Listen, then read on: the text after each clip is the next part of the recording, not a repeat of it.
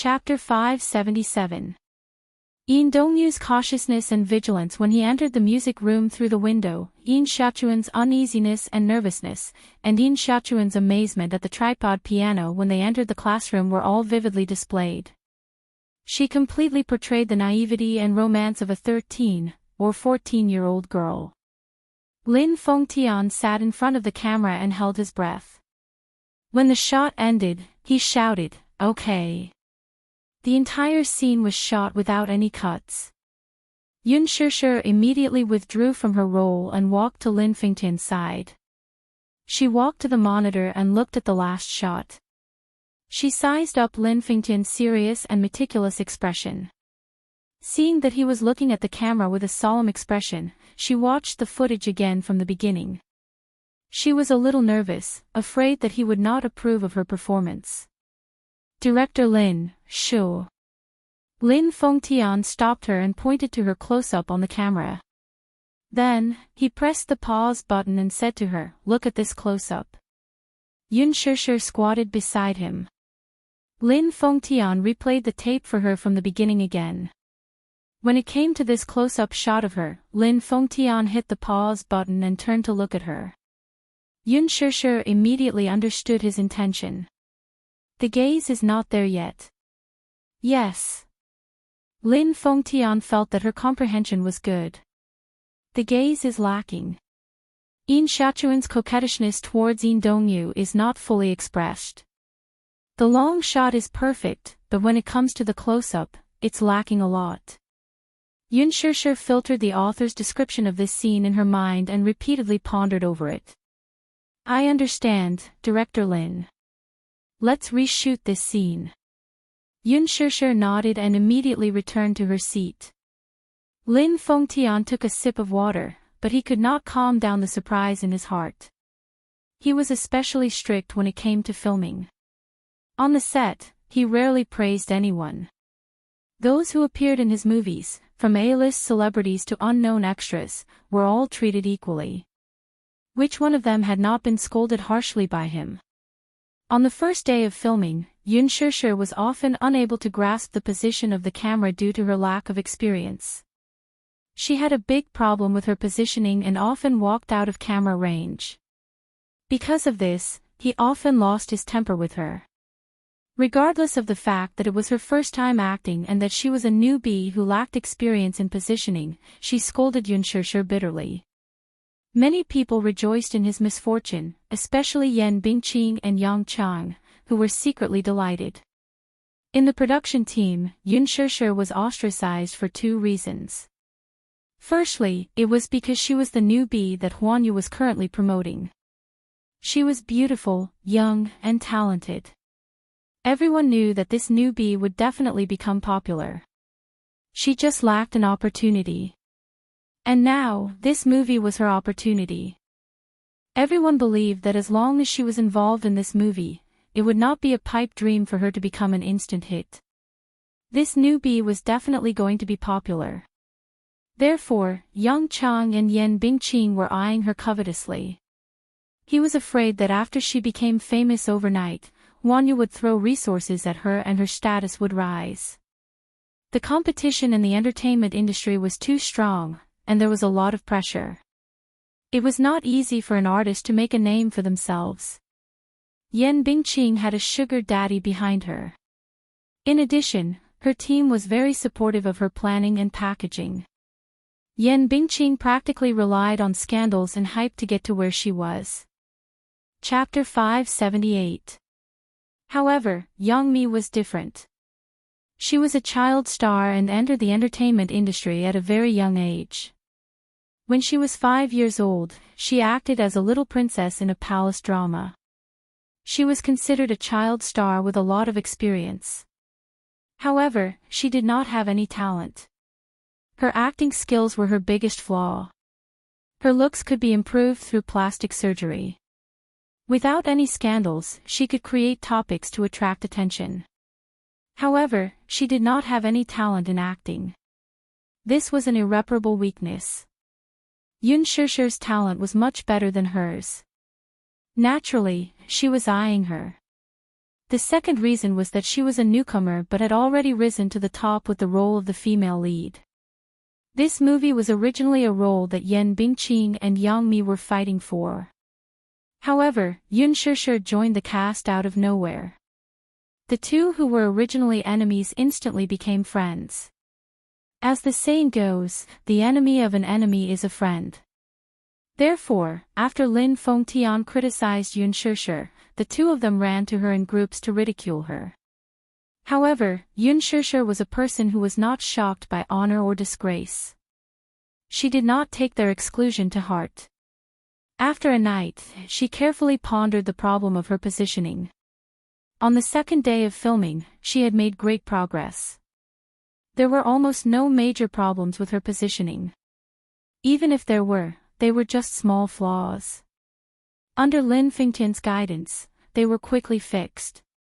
Lin Fengtian was very surprised by this, but he did not praise her in front of everyone. He wanted to praise her, but he could not.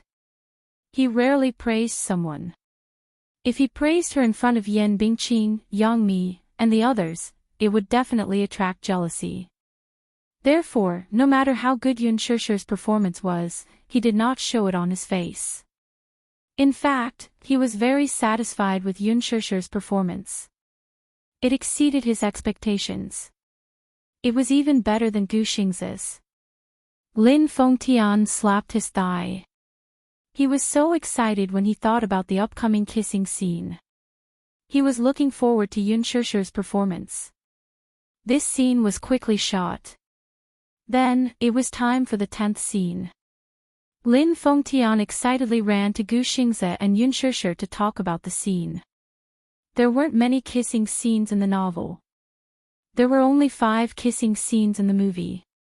In the script, the first kissing scene was between Yin Dongyu and Yin Shechuan. It was in this scene. Yun Shishir was originally prepared for the kissing scene. There were not many descriptions of kissing scenes in the original novel. However, when she heard that Lin Fengtian wanted to do a close-up of the kissing scene, her face immediately turned red. When filming this kissing scene, you must put your heart and soul into it.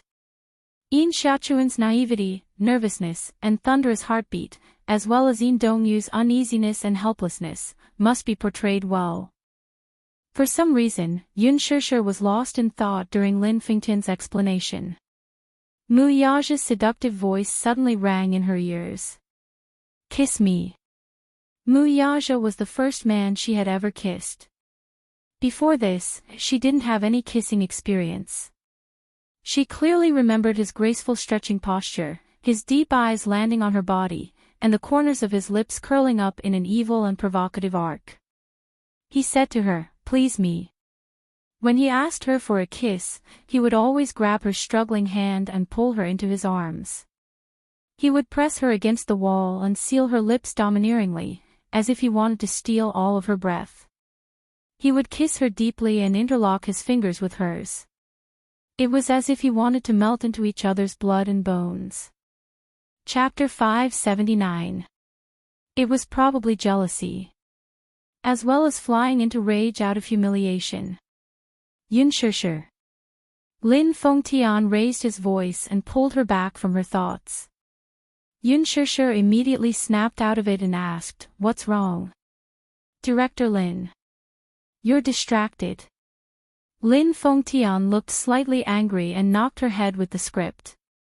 Yun Shishir stuck out her tongue in shame and said, "I'm sorry, is there anything else you don't understand?" Lin Fengtian asked. Gu Xingze and Yun Shishir looked at each other. Lin Fengtian thought of something and said, Shishir, when we're filming the kissing scene later, I'll use camera B to get a close-up of you. Be careful when you're in position and don't walk out of the camera." Yun Shishir glanced at the few cameras and then nodded her head. Lin Fengtian returned to his seat in front of the monitor. All departments, in position. The script supervisor immediately stepped forward and announced, the first scene of The Green Apple, Scene 10, Action. Gu Xingze and Yun Shishir quickly got into character. This scene was very simple. When Yin Dongyu was teaching Yin Xiaochuan how to play the serenade, Yin Xiaochuan couldn't control her feelings. She wrapped her arms around his neck and kissed him. The main focus of the scene was the emotional changes during their first kiss. Yin Dongyu's retreat and Yin Xiaochuan's initiative. The most important scene of The Green Apple was none other than this. Yin Dongyu and Yin Xiaochuan were biological siblings, but they grew up together and were very close. Yin Xiaochuan had always been very dependent on Yin Dongyu and saw him as her world. There was a passage in the original novel that went like this: at the end of the day, blood ties are really a strange thing. It could bind two people together tightly, and it was the most intimate bond. But it can also mercilessly separate them from each other and create an insurmountable gap. When I was young, I used to be glad that I had an elder brother who doted on me. I used to think that I was the happiest girl in the world. When I grew up, I hated the fact that the man I loved so much had the same blood flowing in his body. She had walked all the way, loved all the way, and was wrong all the way. From ignorant feelings, to immature feelings, to a strong desire to be together forever, until they were forcibly separated by the world. How far is forever? In a single thought, eternity was eternal. One wrong thought could lead to death at every step. Brother, do you know that even though the world is big, I have nowhere to go and no one to rely on? Whether it is God or anyone else, who can explain to me what love is? If no one can explain it clearly, then why can't I fall in love with him? Yin Dongyu was born during the coldest time of winter. Yin Xiaochuan, on the other hand, was born on the hottest day of summer. The personalities of the two siblings were like winter and summer. Not long after Yin Xiaochuan was born, the first word she would say was Big Brother. The first name that it recited was also Yin Dongyu's name. Yin Dongyu was 5 years older than Yin Xiaochuan. When they were young, their parents were busy with work and the family of 4 rarely spent time together. Hence, to Yin Xiaochuan, Yin Dongyu was the person she relied on the most. Yin Dongyu had delicate features and was very handsome. Therefore, there were many girls who liked him since he was young. Chapter 580. This coldness became more obvious during the rebellious period of his youth. From the beginning to the end, the only person who could freely get close to him was Yin Xiaochuan. Perhaps it was because they were blood-related, but Yin Dongyu doted on Yin Xiaochuan to the bone. Even his parents could not compare to this kind of love. The young Yin Dongyu did not realize that this sibling relationship had already undergone a qualitative change. This relationship had taken a fork in the road from the very beginning. Yin Xiaochuan's attachment to him gradually turned into possessiveness. The relationship between the siblings was so good that they even slept on the same bed until junior high school. It was only when Yin Xiaochuan entered junior high school that her body started to develop. Yin Dongyu was already in his first year of high school. After taking biology classes, he gradually realized the difference between men and women. Hence, he gradually distanced himself from Yin Xiaochuan. However, unlike Yin Dongyu, Yin Xiaochuan quickly realized that her feelings for Yin Dongyu had gone beyond the common sense of siblings. She uneasily realized that she and Yin Dongyu were not destined to be bound together. They would maintain this distance for the rest of their lives. And there was bound to be a third party between them. The thought of this third party unscrupulously occupying his arms, his chest, his love, and his eyes not only for her, his care and protection not only for her, plunged Yin Xiaochuan into an unprecedented panic. What made her even more uneasy was that she was extremely repulsed by this possibility. She even felt a deep hatred for this third party who had yet to appear. Once, when she saw Yin Dongyu returning home with a female classmate, her jealousy exploded. However, she knew in her heart that this feeling was not normal. It was immoral. Even if he was the first boy in her life to dote on her, and the one who doted on her the most.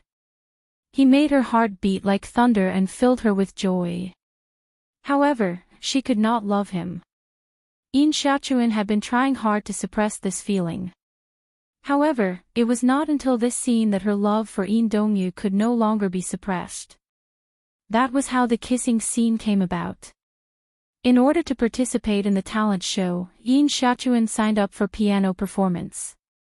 As for piano performance, she was just an amateur and had not practiced since she was young. When Yin Dongyu was young and learning the piano, she would sit by his side and practice with him. Yin Dongyu specially sneaked her into the music classroom and taught her to consolidate her skills overnight. Ding ding dong dong, Chopin's serenade flowed gently from his fingertips. He kept his head down the entire time as he carefully adjusted her hands to the correct technique. Yin Xiaochuan's mind wasn't on the piano, but she was staring at his profile, lost in thought. What happened? Yin Dongyu looked up and saw Yin Xiaochuan staring at his side profile gently. He was momentarily stunned. Nothing. Okay, let's continue then. Yin Dongyu held her hand and guided it to the piano keys. Yin Xiaochuan suddenly held his hand tightly and refused to let go. She used so much force that he could clearly feel her trembling fingers. Yin Dongyu's heart skipped a beat. Her hands were drenched in cold sweat and her knuckles were white. Brother, let's always be together, okay? Yin Xiaochuan looked straight at him, hesitated, and suddenly said in a pleading tone. Chapter 581. When Yin Xiaochuan saw his silence, it was as if a thorn had pierced her heart. She felt a little suffocated. Brother, I hate it when you're with other girls. Just like we promised when we were young, let's be together, okay? 100 years, a lifetime together. Yin Xiaochuan's face was filled with panic and helplessness at her childish pleading words. She was hoping that Yin Dongyu would hold her gently in his arms like he did when they were young and promise her, okay, we'll be together forever. But Yin Dongyu did not. He only pried her fingers away one by one with trembling hands. When he looked up, his face was pale and helpless. Be good, stop fooling around, okay? I'm not fooling around. I'm serious. Yin Xiaochuan got closer to him seriously and said anxiously, I want to be with you forever, brother. Brother, haven't we always promised each other? Xiaochuan, we're siblings. One day, I'll have a girl I love. She'll be my wife. The person I'll spend the rest of my life with is that girl, not you. Do you understand? Why? Yin Xiaochuan's face instantly turned pale. When she heard the cruel words coming out of his mouth, her heart felt like it was being stabbed. Her eyes quickly moistened. She clenched her fists tightly. The despair in her eyes almost drowned her. Then what about what you promised me in the past? Was it a lie? You made a promise. Yin Dongyu turned his face away with a complicated expression. He lowered his head and stared straight at the black and white piano keys. I promised you that I'd be with you forever and never leave you. But not in this way, do you understand? There was a moment of dead silence beside him. Yin Dongyu frowned. He turned around and was about to say something when Yin Xiaochuan suddenly came up to him. One of her hands wrapped tightly around his neck, and her small face kept leaning toward him.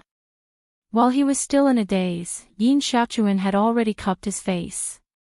She gently closed her eyes like she had learned from the shoujo manga and gently pressed her lips against his thin, cold lips. This was Yin Xiaochuan's and Yun Shishir's first on-screen kiss. Similar to Yin Xiaochuan, her kissing skills were also inexperienced. Half of her body was leaning on Gu Xing's body. Through the thin material of their clothes, she could almost clearly feel the warmth of Gu Xing's chest and his warm heartbeat. There was an inexplicable fragrance on his body. It was different from Mu Yage's perfume. Instead, it was a natural fragrance. The moment she touched his lips, Mu Yage's angry face suddenly flashed through Yun Shishir's mind.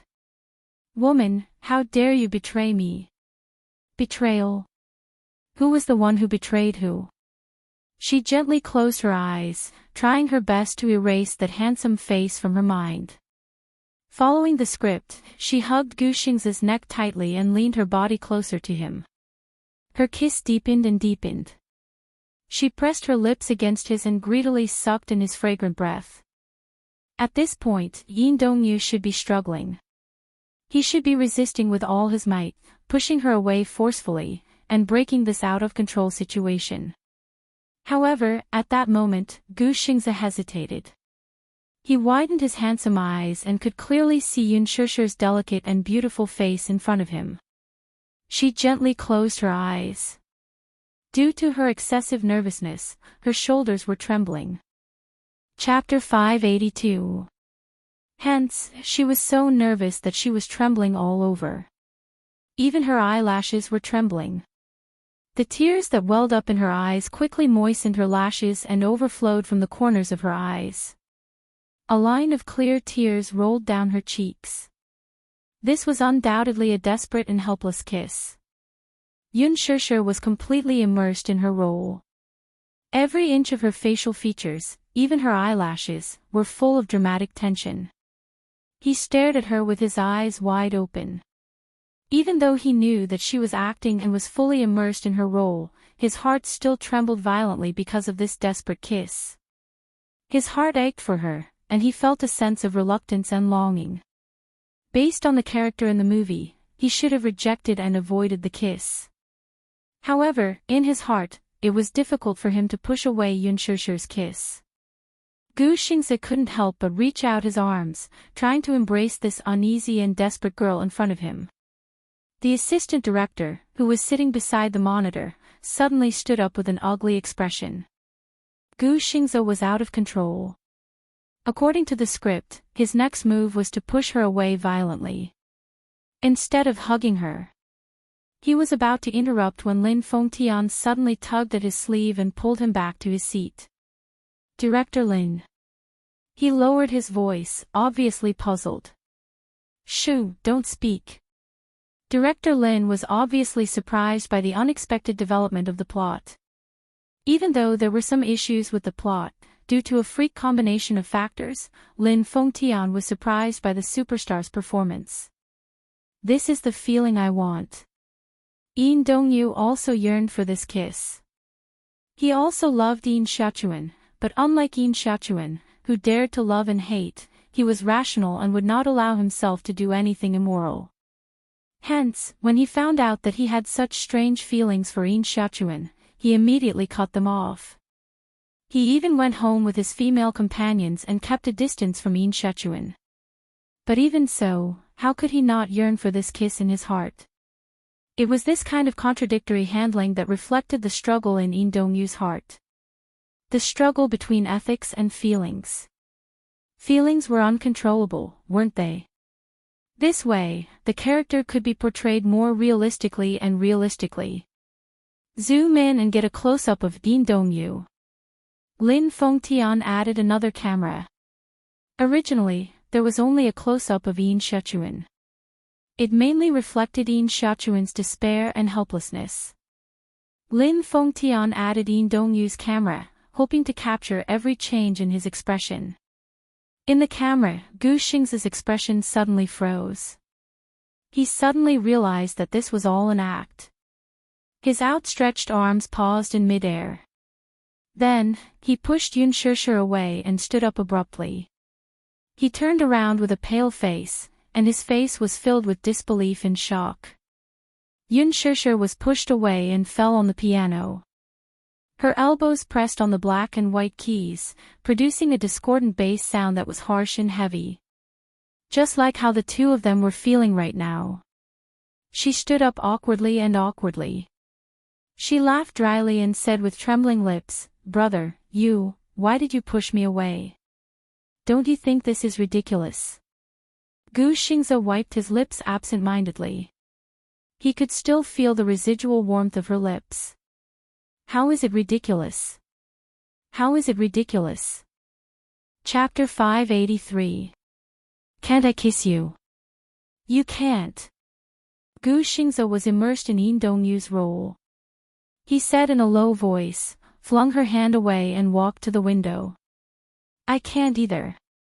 Why not?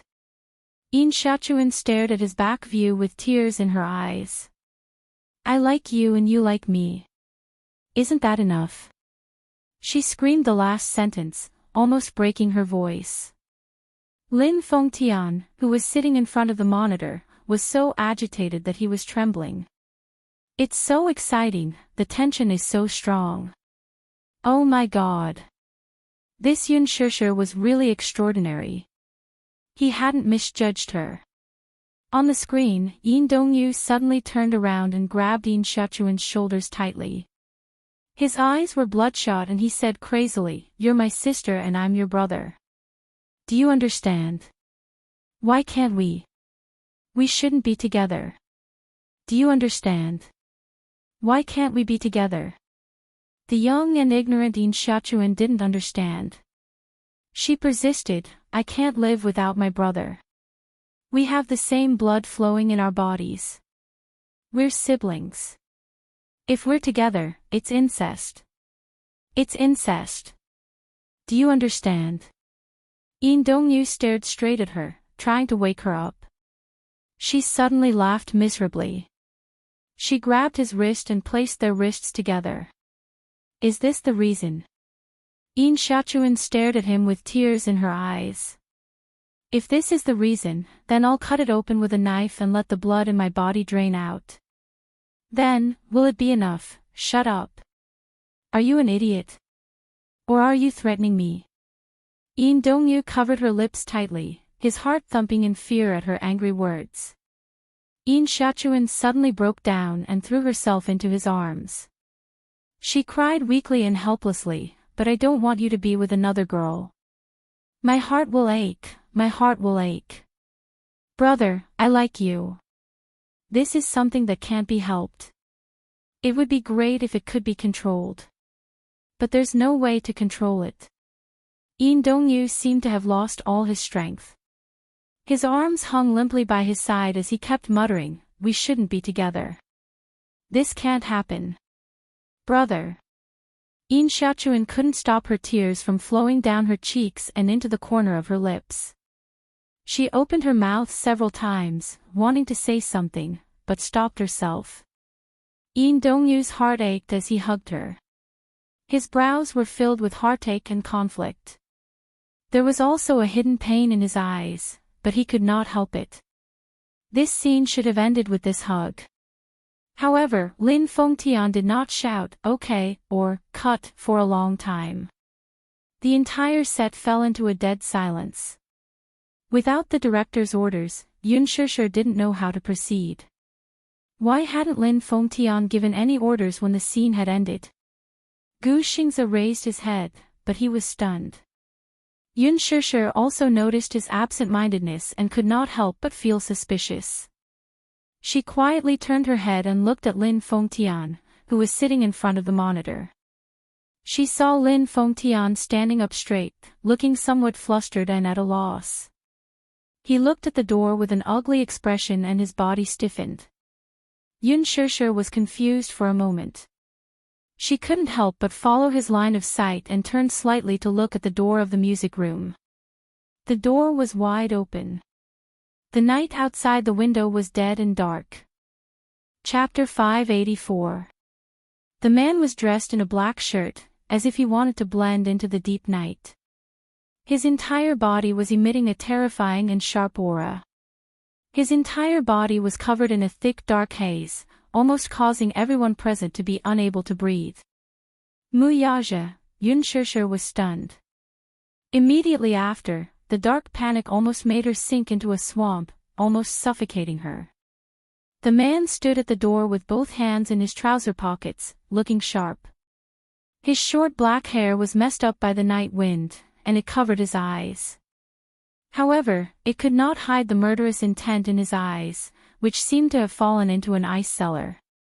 His handsome face was cold and severe, and there was almost no expression on it. But his deep and handsome eyes were sharp, and the murderous look in them was like a cold knife in the cold night, ruthlessly stabbing her body, as if there was a sharp edge on her back. At that moment, Yun Shishir couldn't help but tremble, and she couldn't help but take a few steps back. The man raised his head slightly, raising his arrogant chin, and his thin lips curled into a cold and threatening arc. "Why aren't you continuing?" Yun Shusher's breathing stopped, but she didn't know how long he had been standing there and how much he had seen.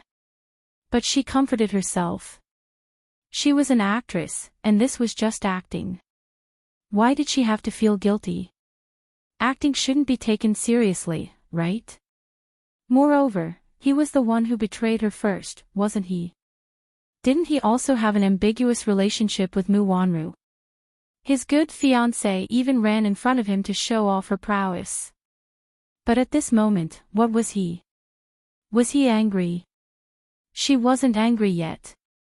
Shouldn't he be the one who should reflect on himself? Why was he looking at her like that, as if she had done something wrong? But even if she thought so, under the man's cold gaze, these seemingly righteous reasons were no longer valid. It was as if in the end, she was the one who had committed the most heinous crime. Her whole body stiffened, as if there was endless cold air rising from the soles of her feet. It was very exciting. "Why, are you not acting anymore?" His voice was as cold as ice. It almost froze the atmosphere in the room to below zero. Everyone on the set couldn't help but shiver as their shoulders trembled in fear. Lin Fengtian, in particular, looked even worse. How did he appear here? According to the information he had gathered, he had an important acquisition and was flying directly to London, England, and would only be back in a few days. Mu Yaja stepped into the silent night and slowly walked in. He stepped forward and she stepped back. He closed in step by step, and she retreated step by step. Mu Yaja's face was as cold as ice. It was frighteningly unfamiliar. Seeing that she was trying to hide behind Gu Xingze, he was so angry that he laughed. His black eyes flashed with blood-red laughter. "Come here." Although his voice sounded casual, every word he said was filled with a chilling intent. He ordered her to go over, but Yun Shusher's feet seemed to be frozen by the cold air, as if they had taken root. She did not move for a long time. Her neglect made the displeasure and anger in his heart boil to the extreme. "Come here, this is the second time." Mu Yaja glared at her fiercely. If looks could kill, she wouldn't be regretful even if she died 10,000 times. Good, this woman, she was really good. He had only been in England for a few days, but she had blocked his number. He thought that something had happened and hurriedly booked a ticket to return home. But what about her? Chapter 585. Lin Fengtian was frightened and was thinking about how to put out the fire. First, he had to put out Mu Yaja's anger. Seeing that Mu Yaja had lost control of his anger and was approaching Yun Shusher, Lin Fengtian was frightened. Yun Shusher was so shocked that she retreated, her hands and feet cold. Gu Xingze saw Mu Yaja's murderous aura and immediately pulled Yun Shusher behind him to protect her. He watched Mu Yaja's every move cautiously. Lin Fengtian had a bad feeling. He rubbed his hands nervously and quickly stood in front of him before the situation got out of control. "Chairman Mu." Mu Yaja's footsteps paused for a moment as he lowered his head to give him a sidelong glance. "Chairman Mu, don't take it seriously. This kissing scene is all fake."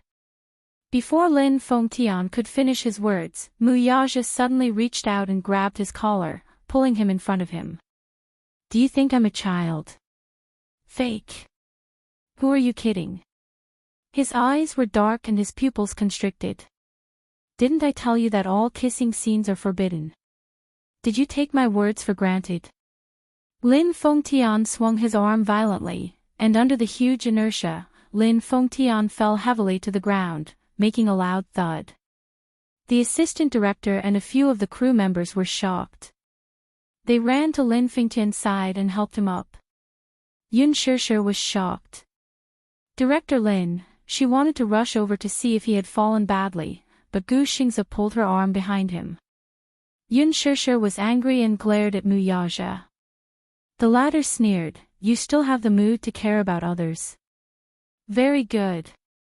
Good, it was really a good scene. He had warned Lin Fengtian not to let Yun Shishir have any physical contact with any male actor. However, as his subordinate, Lin Fengtian actually disobeyed his orders. And what about his woman? What did he do when he was not in the country?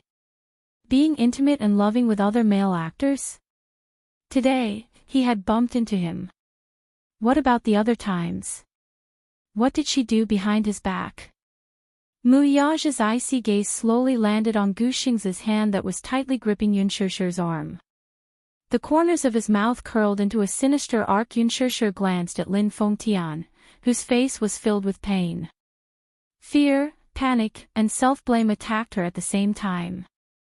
It almost gave people the illusion of suffocation. It was unavoidable.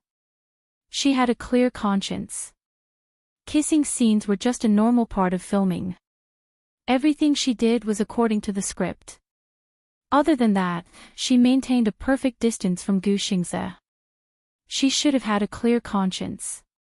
Yun Shishir gritted her teeth and said angrily, Mu Yage, what are you doing? What's the point of venting your anger on others? Mu Yage's pupils constricted, revealing a cold glint. You also know that I'm very angry now. Yun Shishir glared at him, her breathing rapid. He said again, come over here. I'll give you 3 seconds. So be it. She didn't do anything wrong, did she? She sucked in a deep breath of cold air and took a small step forward. However, she was stopped by Gu Xingze. Shishir, don't go over there. Gu Xingze, on the other hand, was not afraid of Mu Yage.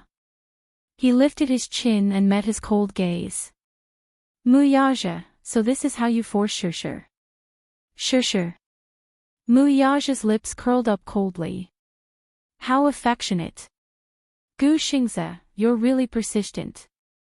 Mu Yage retorted. The two of them stood facing each other. Ice and Fire. Chapter 586. The invisible collision of auras spread to every corner of the set. It was as if countless sharp blades were colliding in midair. Mu Yage's cold gaze fell on the hand that was holding Yun Shishir tightly. He said in a cold voice, take your hand away from her. Gu Xingze met his gaze expressionlessly. He was not afraid of his threat at all. Instead, he held Yun Shishir's hand even more tightly and intertwined his fingers with hers. Yun Shishir looked at Mu Yage's increasingly cold face. She struggled slightly and wanted to break free from his grip. Gu Xingze held her tightly and turned his head. He said softly, I'm here. Don't be afraid. His consolation did not calm her down at all. Undoubtedly, his protection would only anger Mu Yage even more. She did not want to anger this man, let alone hurt the innocent. Lin Fengtian stood up with his hands on his shoulders and looked at the smoke-filled battle. He glanced at the angry Mu Yage and saw that his muscles were tense. He suddenly understood. Could it be that Yun Shishir was his woman? So, he banned Yun Shishir from filming any kissing scenes in the set, and even from having intimate contact with anyone of the opposite sex. Was it because of his possessiveness towards this woman? Then, what was going on with Gu Xingze? Why was he at odds with Mu Yage? What was he thinking? Lin Fengtian suddenly felt a headache coming on. The situation that had gone out of control was definitely not what he had expected. Let go of her. Mu Yage gave an ultimatum. Obviously, his anger had reached its limit. This Gu Xingze, who did he think he was? How dare he fight with him? Yun Shishir's body trembled from the immense fear she felt. Gu Xingze sensed her trembling fingertips and felt the cold temperature of her hand. He held it tightly and did not let go. Instead, he protected her behind him even more. Very good.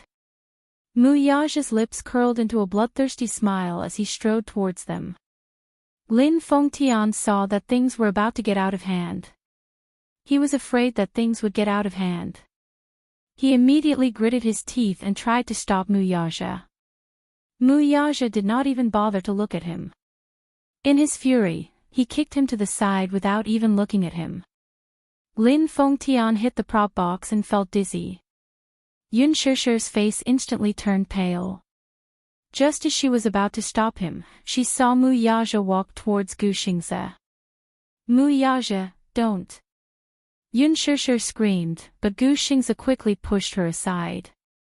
She lost her balance and hit the wall. When she came back to her senses, she saw that Mu Yaja had already grabbed Gu Xingze's collar with a murderous look and was swinging a fist towards his face. As Gu Xingze was distracted, he was caught off guard and received a solid punch. His entire face was turned to the side, and a bloody gash appeared at the corner of his lips, from which a trickle of blood seeped out. Yun Shishir was scared out of her wits. She wanted to go forward and stop him, but she was pulled aside by the field reporter behind her. Shishir, don't go over. It's too dangerous. The two men fought because they were angry and did not know how to control their strength. If he accidentally hurt her, her bones would probably be shattered with a single punch. Gu Xingze slowly straightened his body. He touched his lips with his long fingers and the tip of his tongue tasted blood. There was no doubt that Mu Yaja's punch was not to be trifled with. Chapter 587. After receiving 10 years of special training, his punches and kicks did not have any special moves, but they contained a terrifying amount of power, and every move was fatal. However, Gu Xingze was not a simple character. Although he often played the role of a gentle and elegant person on the screen, he had the blood of the Gu family, the #1 mafia family in the capital, behind him. Naturally, he also had some skills. Gu Xingze looked up coldly, and his face was immediately covered with a layer of coldness. He unbuttoned his shirt with one hand, and at the speed of lightning, he raised his leg in the air and sent a powerful flying kick towards Mu Yaja's face. Mu Yaja dodged nimbly and grabbed the long leg that was flying towards him. However, he could not help but take a step back because of the huge impact. Gu Xingze took advantage of the momentum to move forward and hit him in the face with a powerful uppercut. Yun Shishir was stunned, and she looked at the shocking scene with a conflicted expression. She had never seen such a terrifying scene before. The two men of similar strength were entangled in a fight. There weren't any fancy moves, but every punch was swift and fierce, like lightning, and every move was fatal.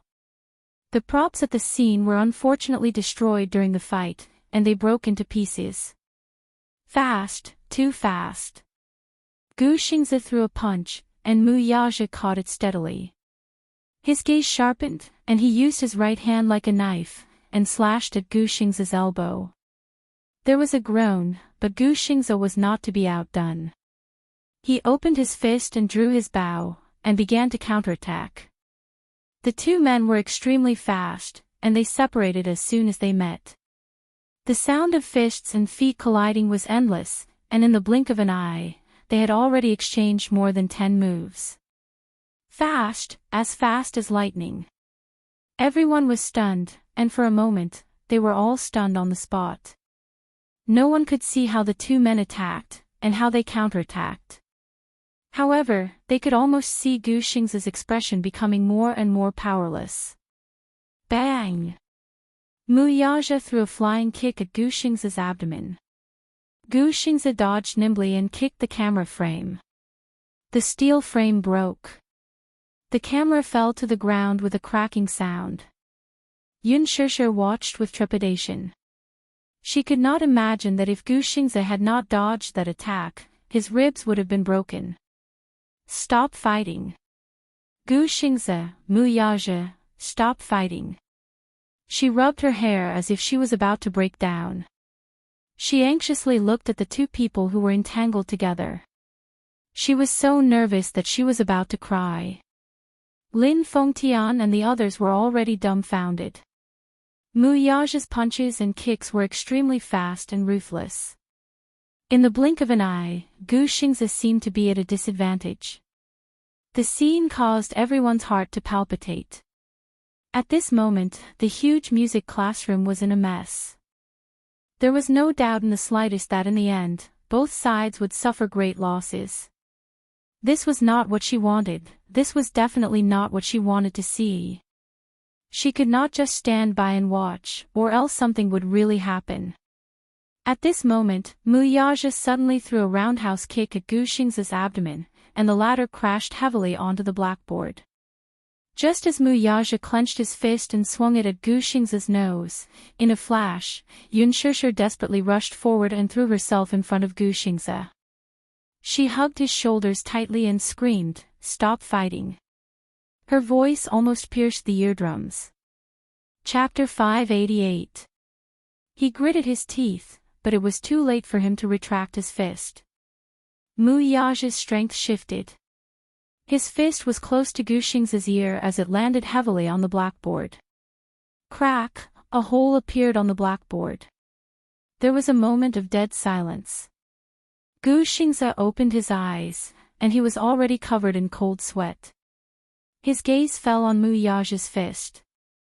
The wooden splinters on the blackboard had pierced his hand until it was a bloody mess. Yun Shishir, on the other hand, threw herself into his embrace and blocked his front with her eyes tightly shut. He grabbed her shoulders like a madman and roared, "Shishir, are you crazy?" Muyaja retracted his fist with a murderous look on his face. Drops of blood slid down from his fingertips and dripped onto the ground, dyeing it red. This was the scene that greeted his eyes.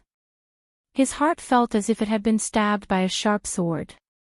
This woman had rushed forward without a care for her own safety and stood in front of another man. What was the meaning of this? It was blinding, really blinding. For a moment, Muyaja wanted nothing more than to kill Gu Xing's. He ignored the injury on his hand and pulled Yun Shishir out of Gu Xing's arms, forcing her to turn around. He gritted his teeth and roared, "Woman, do you want to die?"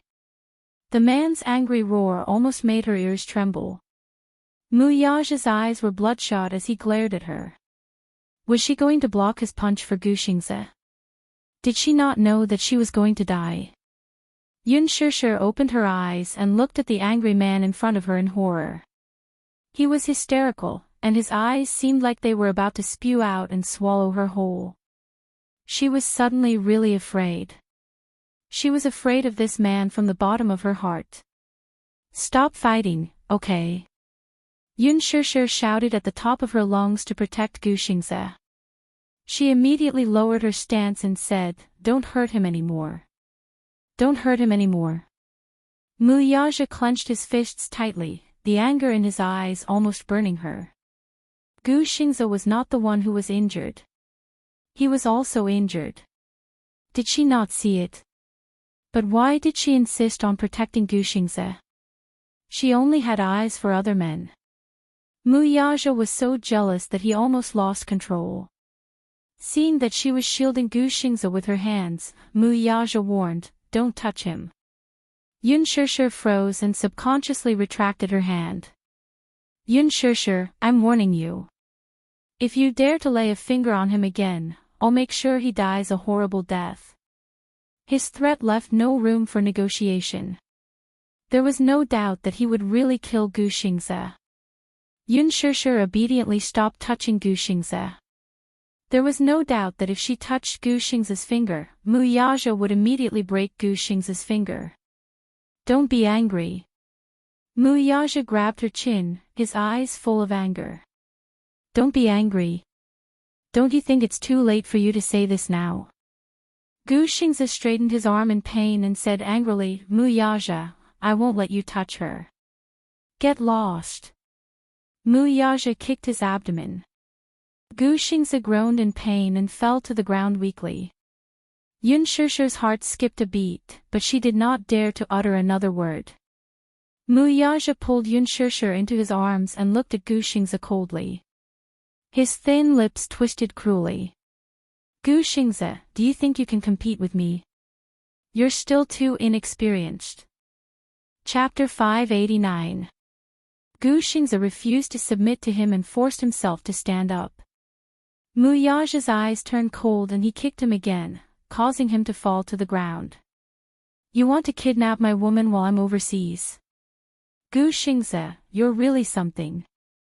Muyaja cruelly crushed his abdomen. His eyes were bloodthirsty and murderous. Gu Xingzi sneered. What right do you have to say that she's your woman? What right do I have? Mu Yaja suddenly lowered his head and looked at Yun Shishir.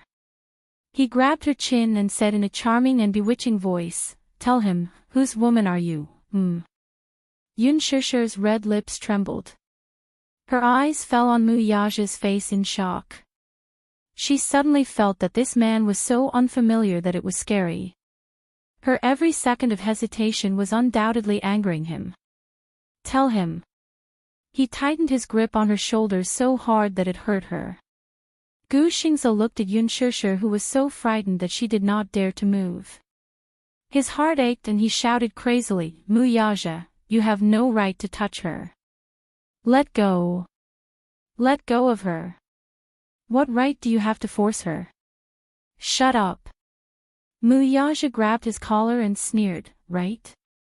He leaned close to Gu Xingzi's ear expressionlessly and said in a cold voice, "I'm her only man. Is this enough?" Gu Xingzi's face turned pale instantly. "Shameless, you overestimate yourself."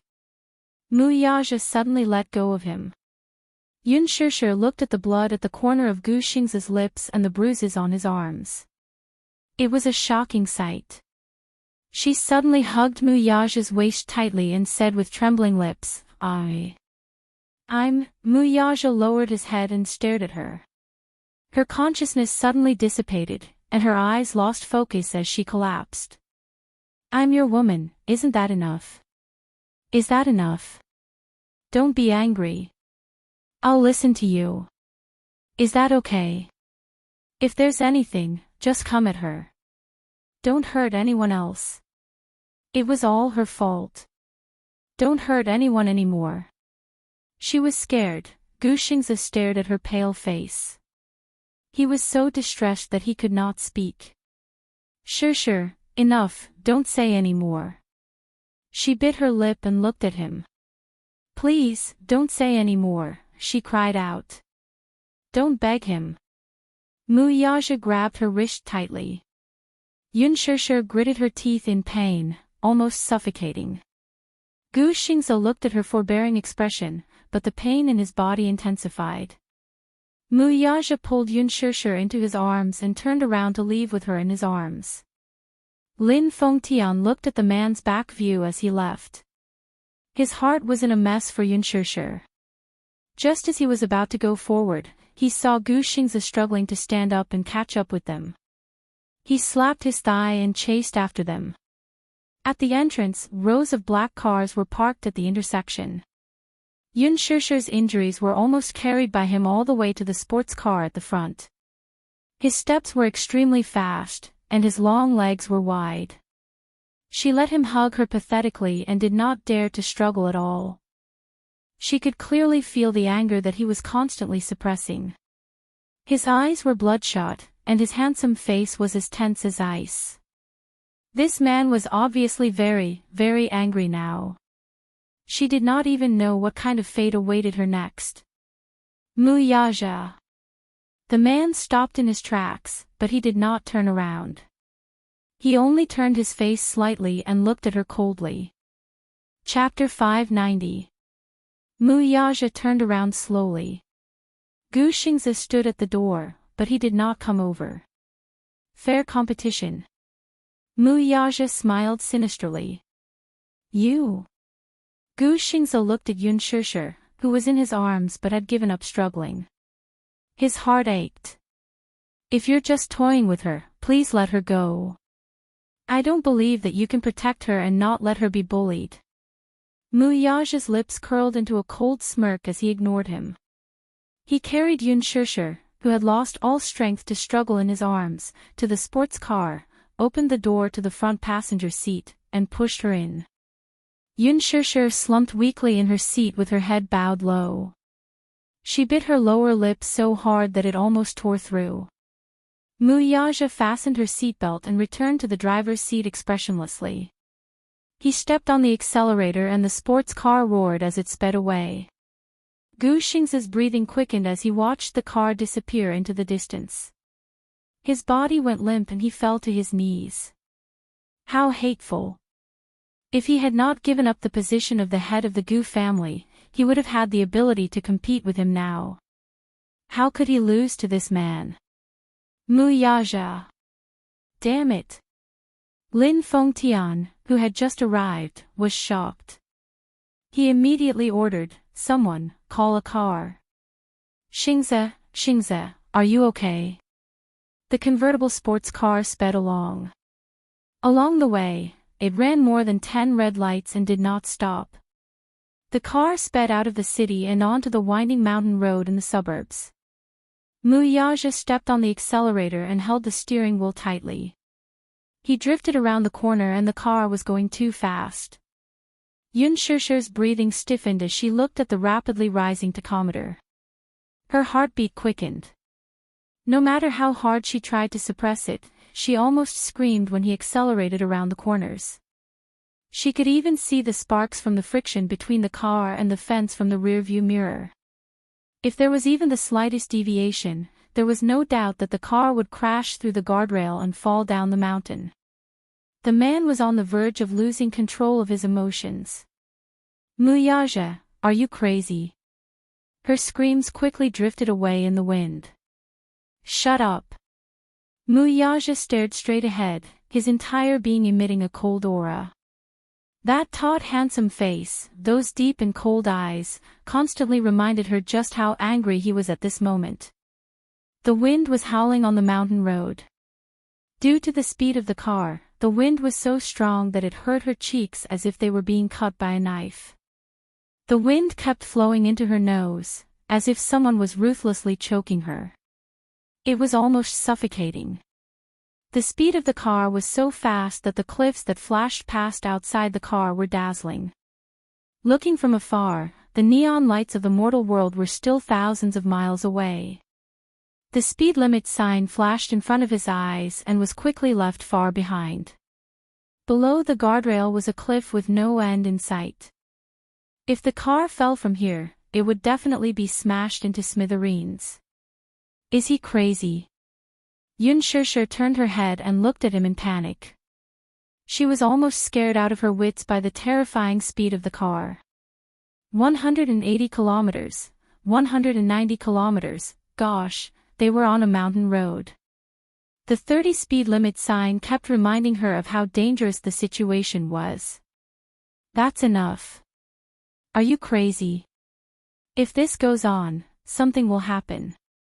Chapter 591. Mu Yaja did not even look at her as he looked straight ahead. At a bend, he suddenly turned the steering wheel and pulled the handbrake. The thick tires created a huge friction with the ground, causing smoke to rise. Due to the intense friction, the smell of burnt rubber filled her nostrils. Cough.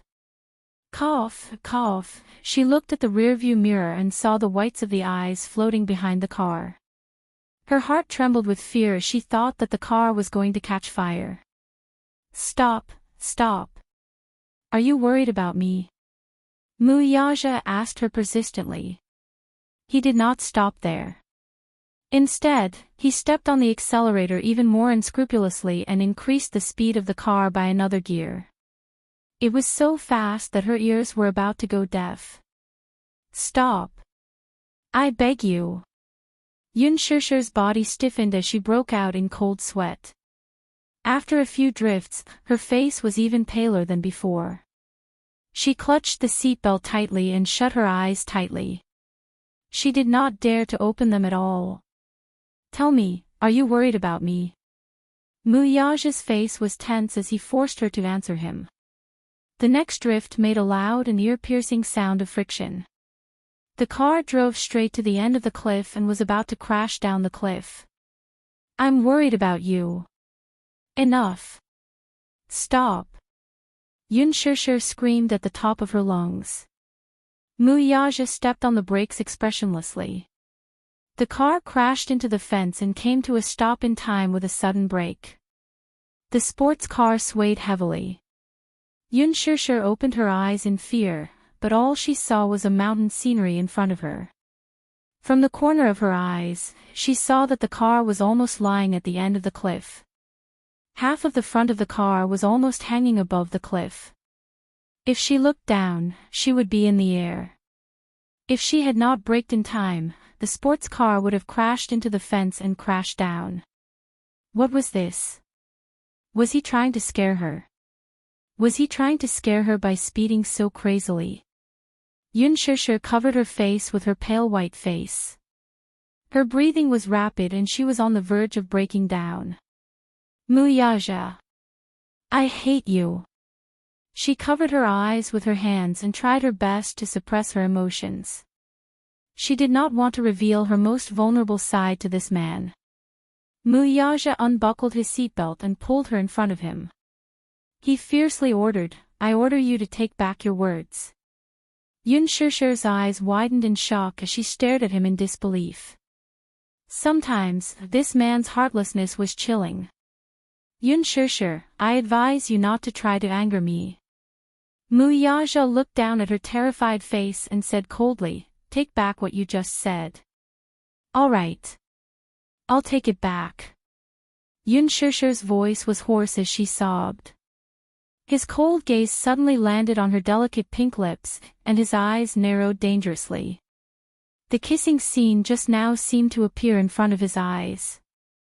That scene was like a needle stabbing into his heart, causing him to be filled with rage that he had nowhere to vent. Yun Shushu swallowed hard and carefully moved away. Muyaja, however, reached out and pulled her into his embrace. Lifting her chin with his hand, he stared coldly at her face as his slender fingers rubbed against her lips repeatedly. It seemed like he was using force to wipe away some marks on it. It was so strong that Yun Shushu's lips turned pale. He kissed here. Yun Shushu was stunned. Her pink lips trembled as she slowly nodded her head. He rubbed his fingertips hard, trying to wipe away any breath that Gu Xingze had left on her lips. It seemed like it wasn't thorough enough. Chapter 592.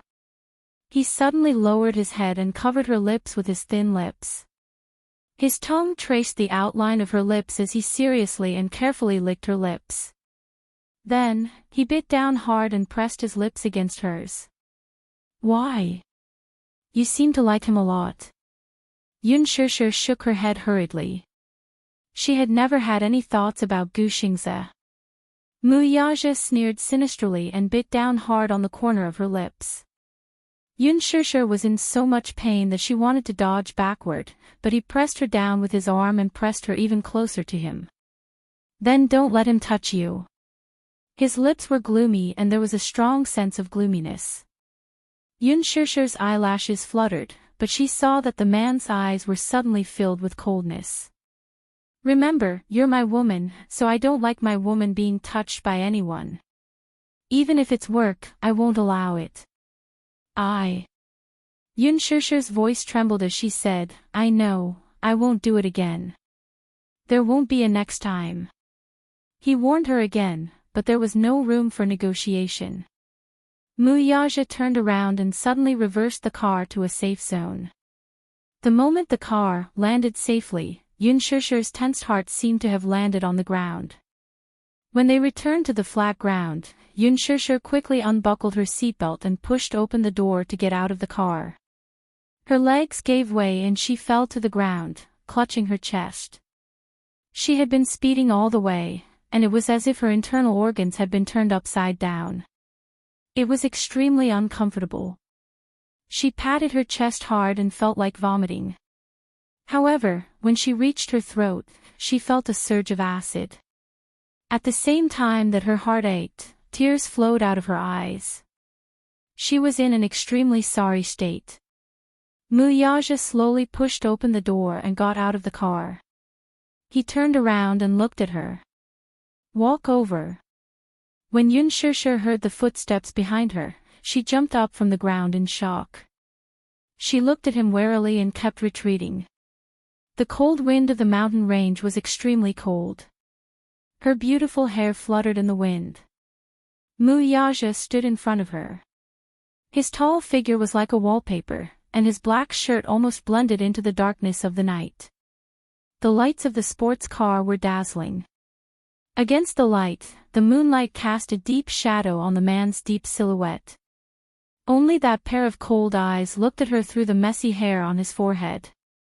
Even though it was already June, the wind on the mountain was biting cold at night. However, no matter how bone-piercing it was, it could not compare to a 10,000th of his gaze. The winding mountain road was now closed, and no one was going up the mountain. This was the world that he ruled. Muyaja walked in front of her, bent down slightly, and reached out to grab her wrist. But because of the fear in her subconscious, the moment his cold fingertips touched her skin, Yun Shishir abruptly avoided his actions and waved his hand away. "Pa!" She slapped his hand aside. It was as if her submission to him was just a delaying tactic. Yun Shishir kept retreating. She looked at the man's handsome face that was gradually turning cold and gloomy. When she thought of his bad behavior and recalled the arrogant words that Mu Wanru had said to her, her heart was pierced fiercely. At the same time, she also had a deep hatred for him. Muyaja's face instantly turned cold. "What? Don't touch me." Yun Shishir kept keeping a distance from him, but in her heart, she was determined to draw a line with this man from now on. As if he did not understand her words, Muyaja's lips stiffened and he closed in on her. "Don't come over." Chapter 593. Muyaja's eyes flashed with malice, and his face turned extremely ugly. "Say that again," he said, but it was a warning in disguise. He was warning her not to try to provoke him again. Yun Shishir slowly leaned her back against the guardrail. With a creaking sound, the guardrail made an ear-piercing sound of disrepair. She stared at Muyaja's every move with extreme vigilance and said coldly, "I don't want you to touch me. I'm pregnant with Muyaja's flesh and blood. Previously, he had an ambiguous relationship with you because he thought that I couldn't give birth to a child for him and felt that you were different from other women. He was just toying with you. Now that I'm pregnant, do you think you can still shake my position? You still want to be promoted? It's undoubtedly a pipe dream. If he really has any feelings for you, then why didn't he break off the engagement with me? Why did he sleep with me while having an ambiguous relationship with you and make me pregnant with his flesh and blood? I'm the legal wife, and you're just a mistress that everyone wants to beat up. You can't see the light of day." Yun Shishir clenched her fists tightly, and her eyes were like dead ashes. Muyaja suddenly glared at her, his handsome eyes scarlet, and his voice was as cold as ice. "You don't want me to touch you? Yun Shishir, I'll give you a chance. Take back those words and walk in front of me." Looking at her constantly retreating footsteps, his heart became more and more furious. "If you don't want me to touch you, then who do you want to touch you? Gu Xingze. What does this have to do with Gu Xingze?" Yun Shishir felt that he was a little unreasonable. "You still dare to mention him?" Muyaja heard her mention his name, and his anger was uncontrollable. He thought about how he had booked a plane ticket to fly back overnight and rushed to the set to see the two of them hugging and kissing. Even if he knew that it was just an act, he was still hopelessly jealous. Yun Shishir widened her eyes in disbelief. She felt that this man was really inexplicable. He was the one who implicated Gu Xingze first. Muyaja's eyes were bloodshot as he gritted his teeth and said, "If you keep talking about him, believe it or not, I will tear him apart and make him disappear." Yun Shishir said angrily, "How dare you?" Muyaja gloomily glared at her. Seeing that she still dared to protect this man, his eyes were so red that it looked like blood was about to drip out. "Do you think I wouldn't dare?" The fury in his eyes frightened her. Yun Shishir looked at his bleeding fist. Just now, he had punched through the blackboard and was badly mutilated by the wooden thorns. However, at this moment, he seemed to be unaware of the pain from his wound and only stared at her coldly. He was like a wild beast looking for food, and his entire body was filled with the aura of a tiger eyeing its prey. She couldn't help but take a step back, but she heard a painful groan coming from the guardrail behind her. The guardrail on the mountain road had been attacked by heavy rain a while ago, and it had been exposed to the scorching sun for a long time. It had been in disrepair for a long time, and when she moved a little too far, she could hear the guardrail breaking from the depths. Yun Shishir was in a huge panic and didn't notice it. However, Muyaja sensed the danger behind her and a trace of fear flashed in the depths of his handsome eyes. He shouted, "Stupid woman, are you looking for death? Come here." Yun Shishir was frightened by his angry voice and her body trembled again. The gravel under her feet rolled down the mountain because of her actions. Crackle. Shit. Chapter 594. Yun Shishir suddenly realized the danger she was in. She turned her eyes slightly and saw an endless cliff. The guardrail she was leaning on kept making cracking sounds as if it was on the verge of collapsing. Her heart skipped a beat at once. Humans were instinctively afraid of heights, and her legs couldn't help but feel weak. Muyaja stared at her movements, afraid that she would fall down the cliff with the broken guardrail if she was careless. At that moment, he felt a chill in his heart. He had been driving on the mountain road. No matter how fast the car was, he was confident in his driving skills. But now, he felt panic in his heart. It was a panic that he had never felt before. A chill ran down his spine. He stared at her nervously and reached out to her. "Come here. Don't move back anymore." If she fell, she would really be smashed to pieces. Yun Shishir immediately said, "Don't come over. I won't go over unless you calm down first." Muyaja stared at her and said in a cold voice, "Stupid woman, are you threatening me?"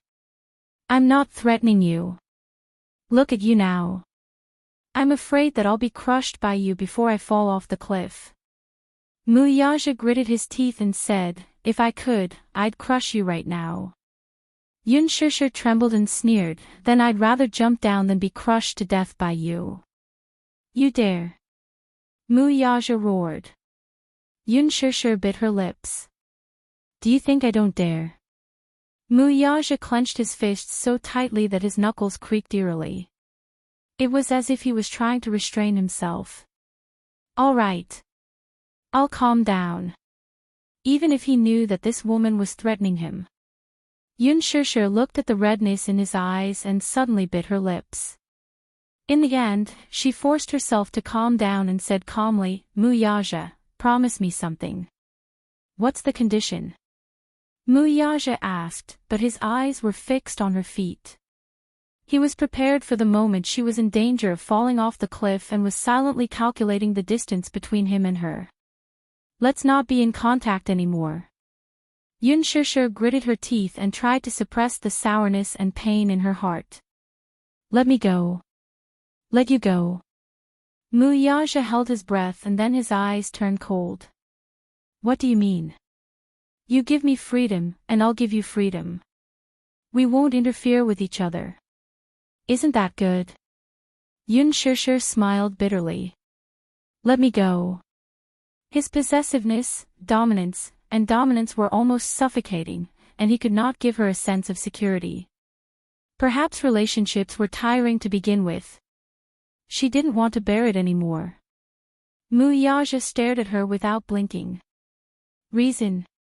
There's no reason. I just hate you." Yun Shishir said calmly. "I hate your dominance, I hate your arrogance, and I hate your self-assertion even more. My life has never been peaceful since I met you. Isn't that reason enough?" Muyaja stared at her. The emotions in his eyes changed rapidly, but they were unfathomable. Suddenly, 3 words were forced out from between his lips. "I agree." Chapter 595.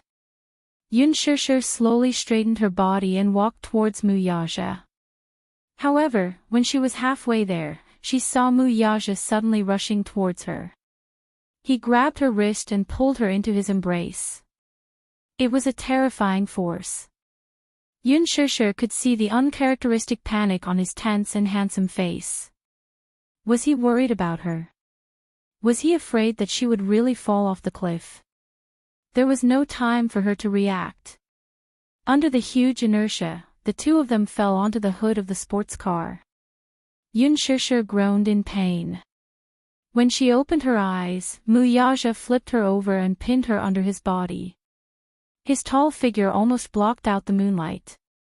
A handsome face that was filled with anger came into view. Now that she had fallen into his hands again, the anger that he had been suppressing suddenly exploded without restraint. Muyaja angrily grabbed her chin and buried his face in her neck. He bit her and wanted to sink his teeth into her bones. Numbness and pain spread throughout her limbs. Yun Shishir frowned, but she heard Muyaja's deep and cold voice. Don't interfere with each other. Yun Shishir, who gave you the right to make your own decisions? Let me tell you, this is impossible. She was stunned. Muyaja looked up and held the back of her neck with one hand, forcing her to look at his face. Listen to me clearly. It's your business whether you want me or not. It's my business whether I want you or not. You have no right to interfere. You. Yun Shishir was so angry that she was at a loss for words. I want you for sure. Muyaja glared at her. Don't tell me that you and I belong in two different worlds. Yun Shishir, listen carefully. I, Muyaja, am your world. Do you understand? She wanted him to let her off. Not in this lifetime. At this moment, the vicious aura on his body was extraordinary.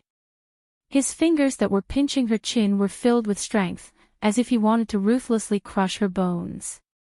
Not allowing her to escape, he stared into her eyes. Now, it's your turn to answer my question. Muyaja asked coldly, where else did he touch you? Yun Shishir was stunned. What? His gaze fell on her lips, and his fingertips rubbed against them repeatedly. Other than here, where else did he touch you? Speak. Yun Shishir suddenly realized that he was asking her where else Gu Xingze had touched her. You won't let me touch you, but you let him touch you. What was he saying? Yun Shishir flew into a rage out of humiliation. He didn't touch me. I saw it all. You're lying. Muyaja looked at her lips that were as red as blood because of his ravaging, and his eyes were filled with anger.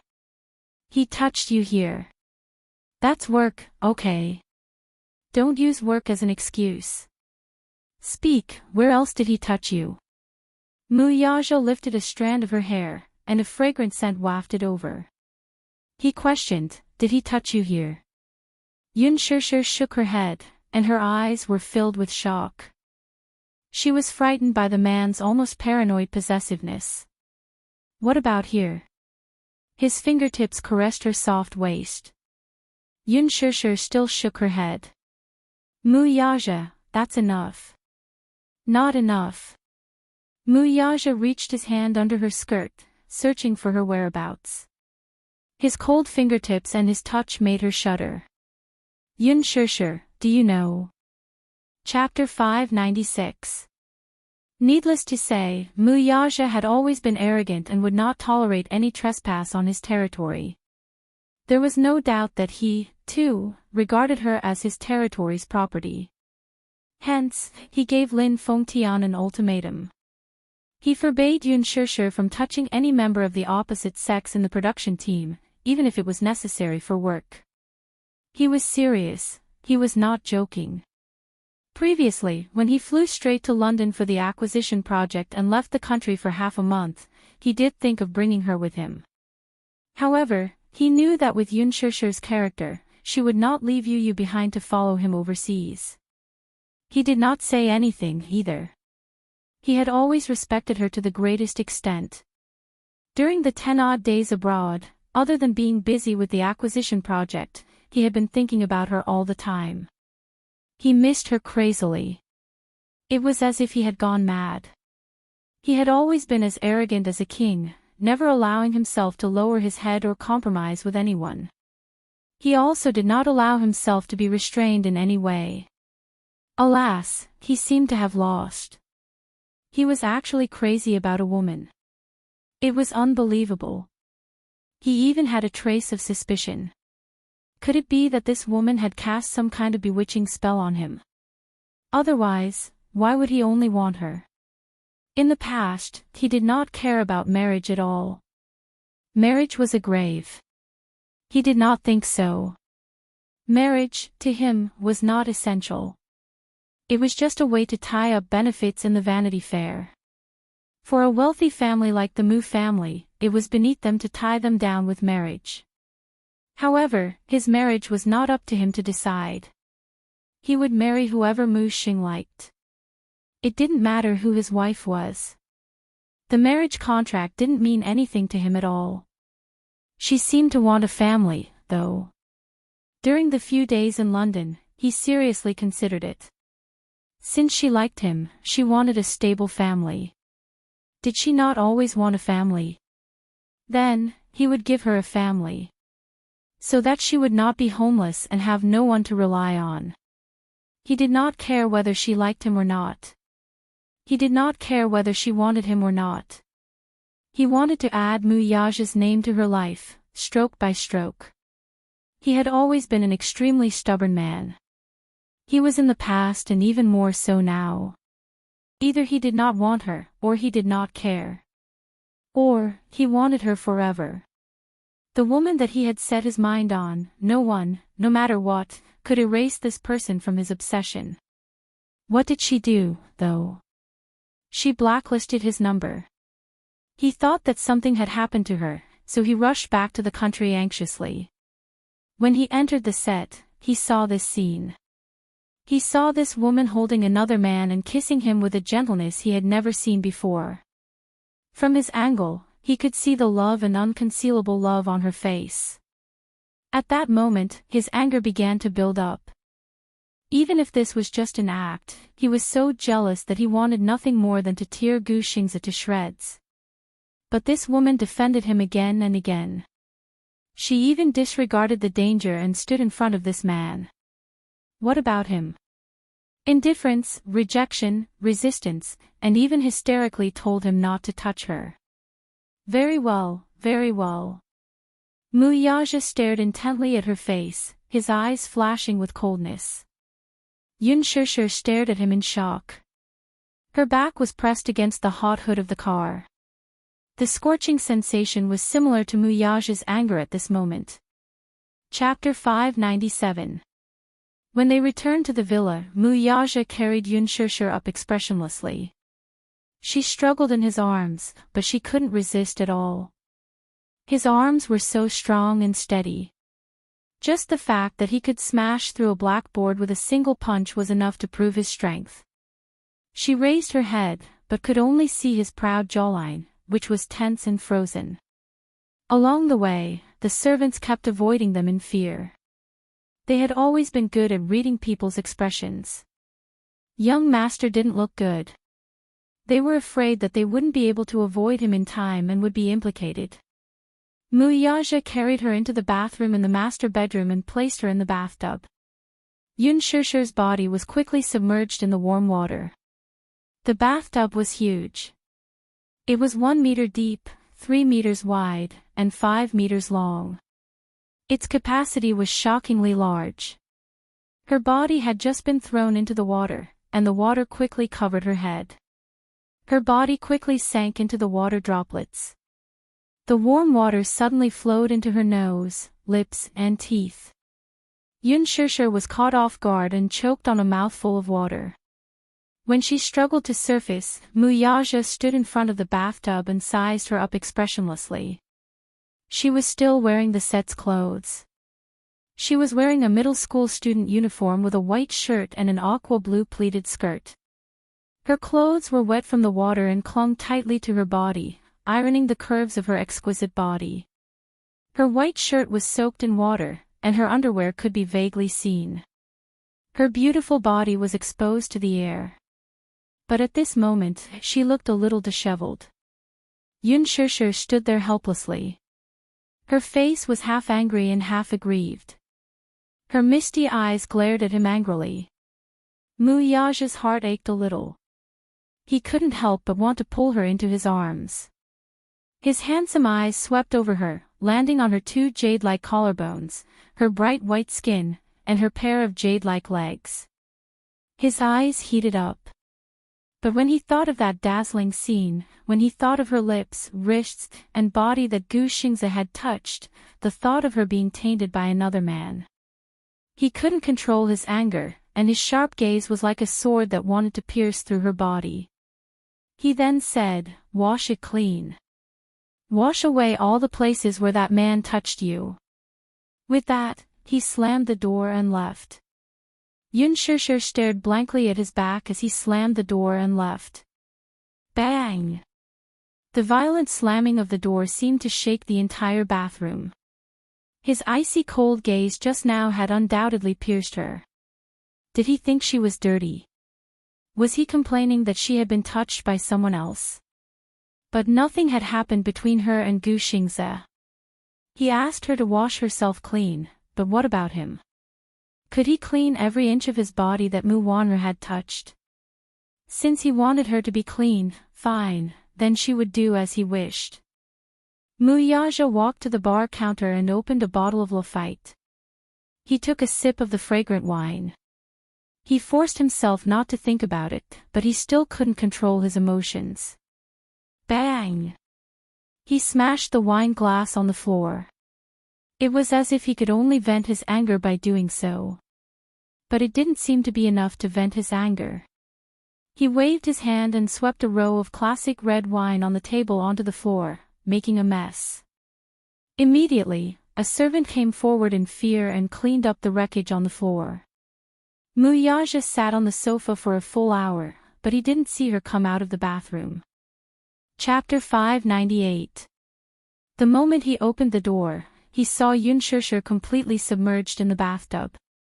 The bathtub was filled with foam, and her body was wrapped in a thick layer of foam.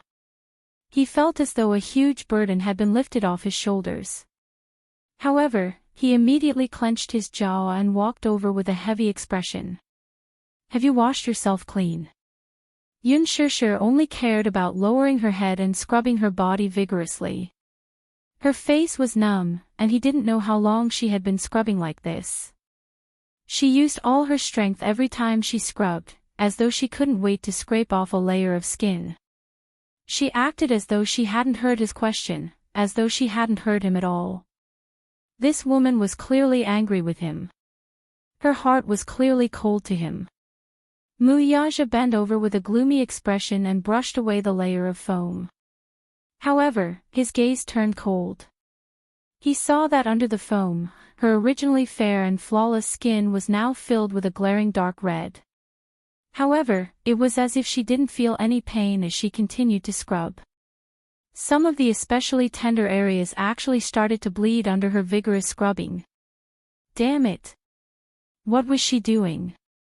Why was she scrubbing so hard? Didn't she feel pain? Her skin was so damn tender.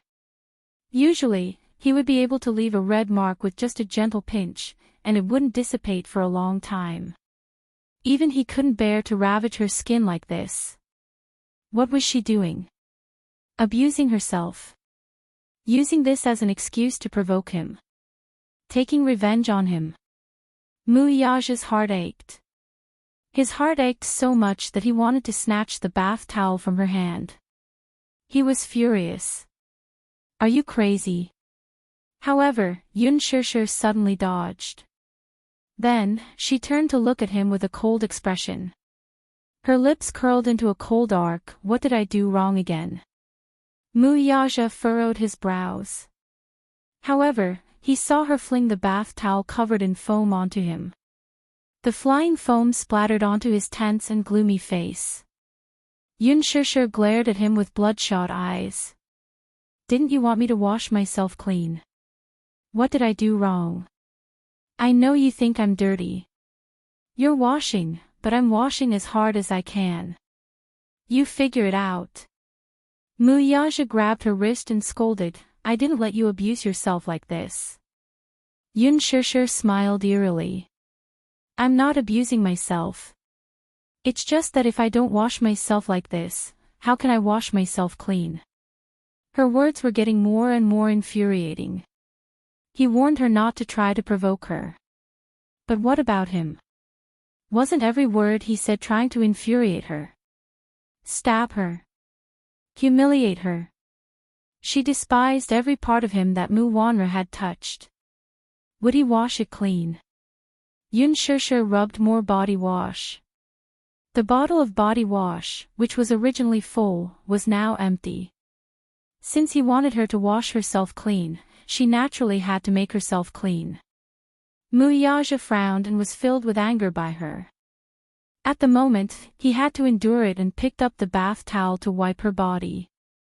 However, Yun Shushu pushed him away fiercely. Don't touch me. Mu Yaja's face darkened.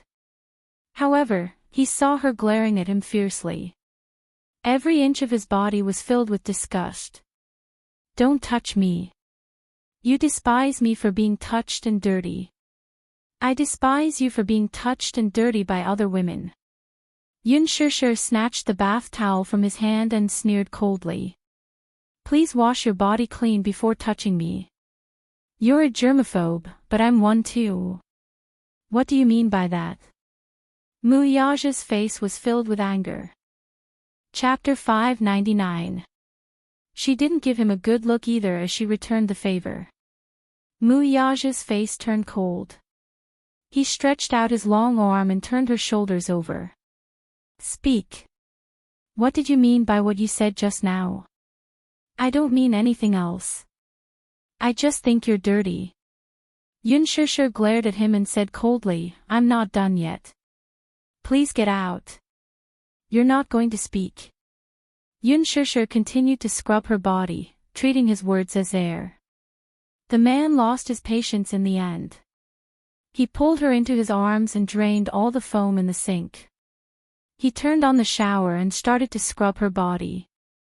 Yun Shushu pushed him, and water splashed all over him as she struggled. Mu Yaja wouldn't allow her to mess around, so he pressed her heavily into the bathtub and clamped her wrists tightly with one arm. In this way, she completely lost the ability to resist. The water quickly filled up, and he changed the tub of warm water again. Mu Yaja patiently helped her wipe her body. Yun Shushu couldn't break free from him, so she gave up struggling and let him wipe all the foam off her body. He lowered his head and saw her stubborn face. On her fair face, her eyes were misty and her red lips were pursed into a line. Even when he was wiping her, he didn't know what to do and hurt her, but even so, she didn't make a sound. She was as stubborn as an injured little beast.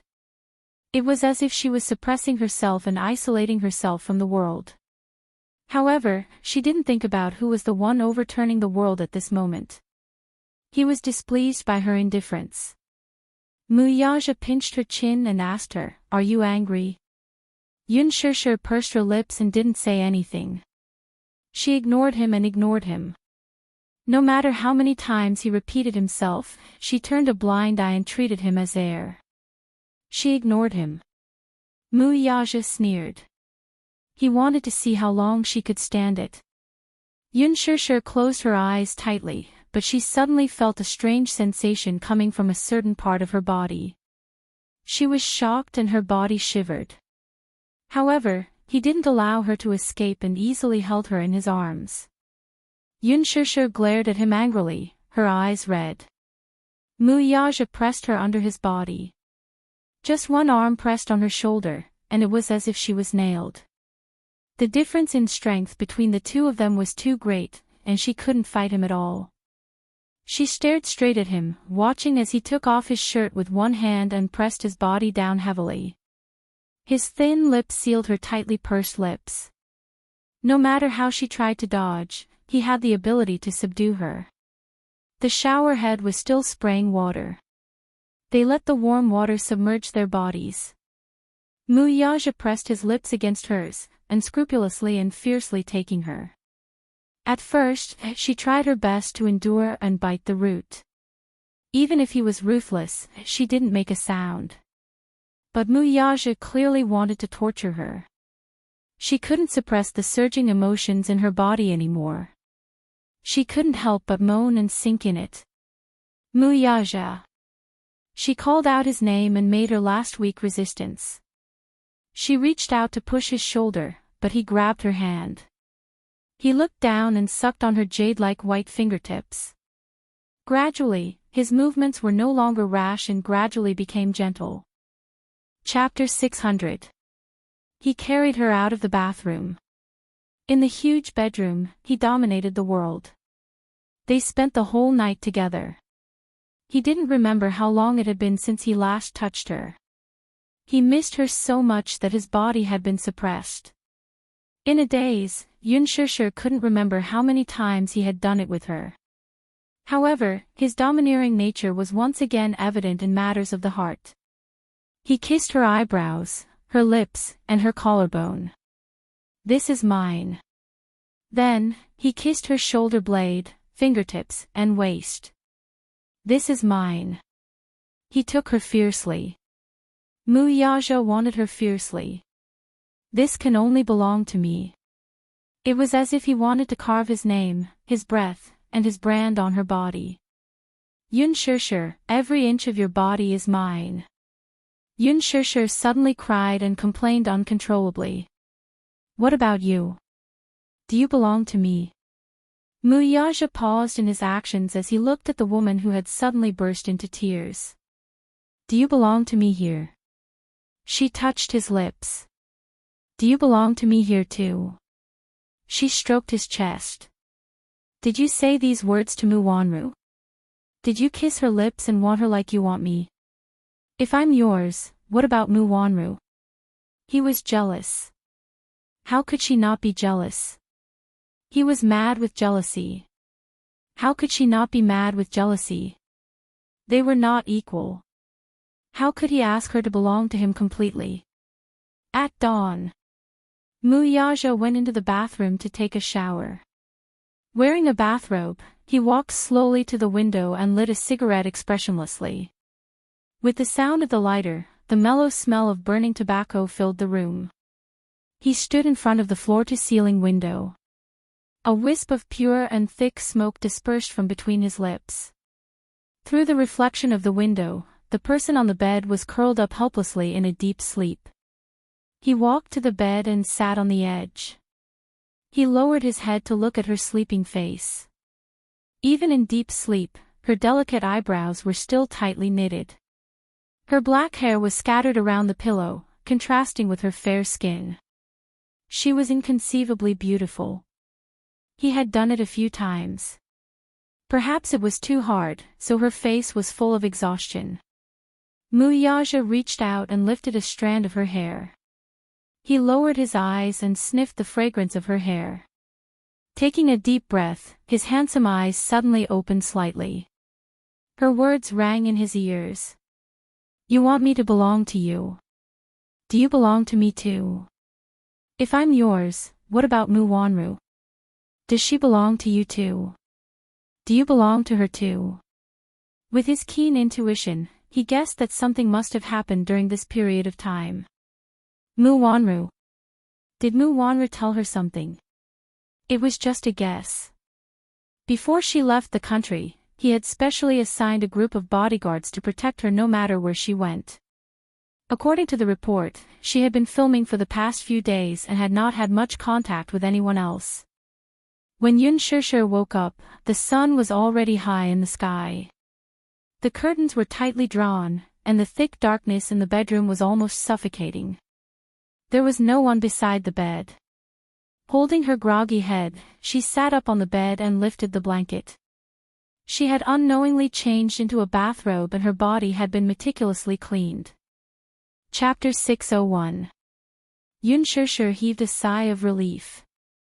She struggled to move her body, only to realize that her thighs were sore and swollen. Why did it hurt so much? Memories of their passionate night came back to her, and her face turned red all the way to her ears. She frowned and tried to move her thighs. She lifted the blanket and got off the bed. Only then did she realize what it was, and her legs went weak. Her whole body felt like it was falling apart, and she could barely stand. She held onto the bedside table and took deep breaths to calm her heartbeat. She then walked into the bathroom to wash up. From the corner of her eye, she caught a glimpse of the red hickeys on the back of her neck in the mirror. She lifted the collar of her bathrobe and saw that her collarbone and body were covered in crisscrossing hickeys. It was a ghastly sight. This man was extraordinarily domineering in bed. After Yun Shishir got dressed and washed up, she opened the bedroom door. Outside the door, a row of servants stood respectfully and reverently, their expressions respectful. "Miss Yun, good morning." Their simultaneous greetings gave her a fright. Yun Shishir was stunned for a moment. She looked around and saw a row of uniformed servants standing by the door with respectful and courteous smiles on their faces. "You all." Yun Shishir put her hands behind her back uneasily. She subconsciously clutched her collar in an attempt to cover up the hickeys he had left on her body. "Young master has gone out. Lunch is ready for you." Sitting at the dining table, Yun Shishir looked at the sumptuous spread on the table. Even though it looked, smelled, and tasted good, she was not in the mood to taste it. It was as if she was chewing on wax. The Mu family.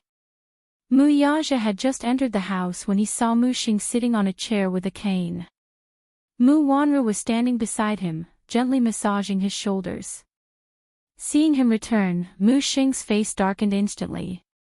His face was ashen, and his gaze, as sharp as an eagle's, landed on him. It was frightening. Mu Yaja curled his lips. "Grandpa."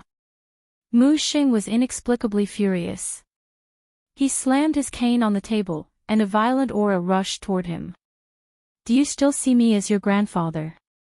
Mu Yaja stood at the door and glanced at Mu Wanru from the corner of his eyes.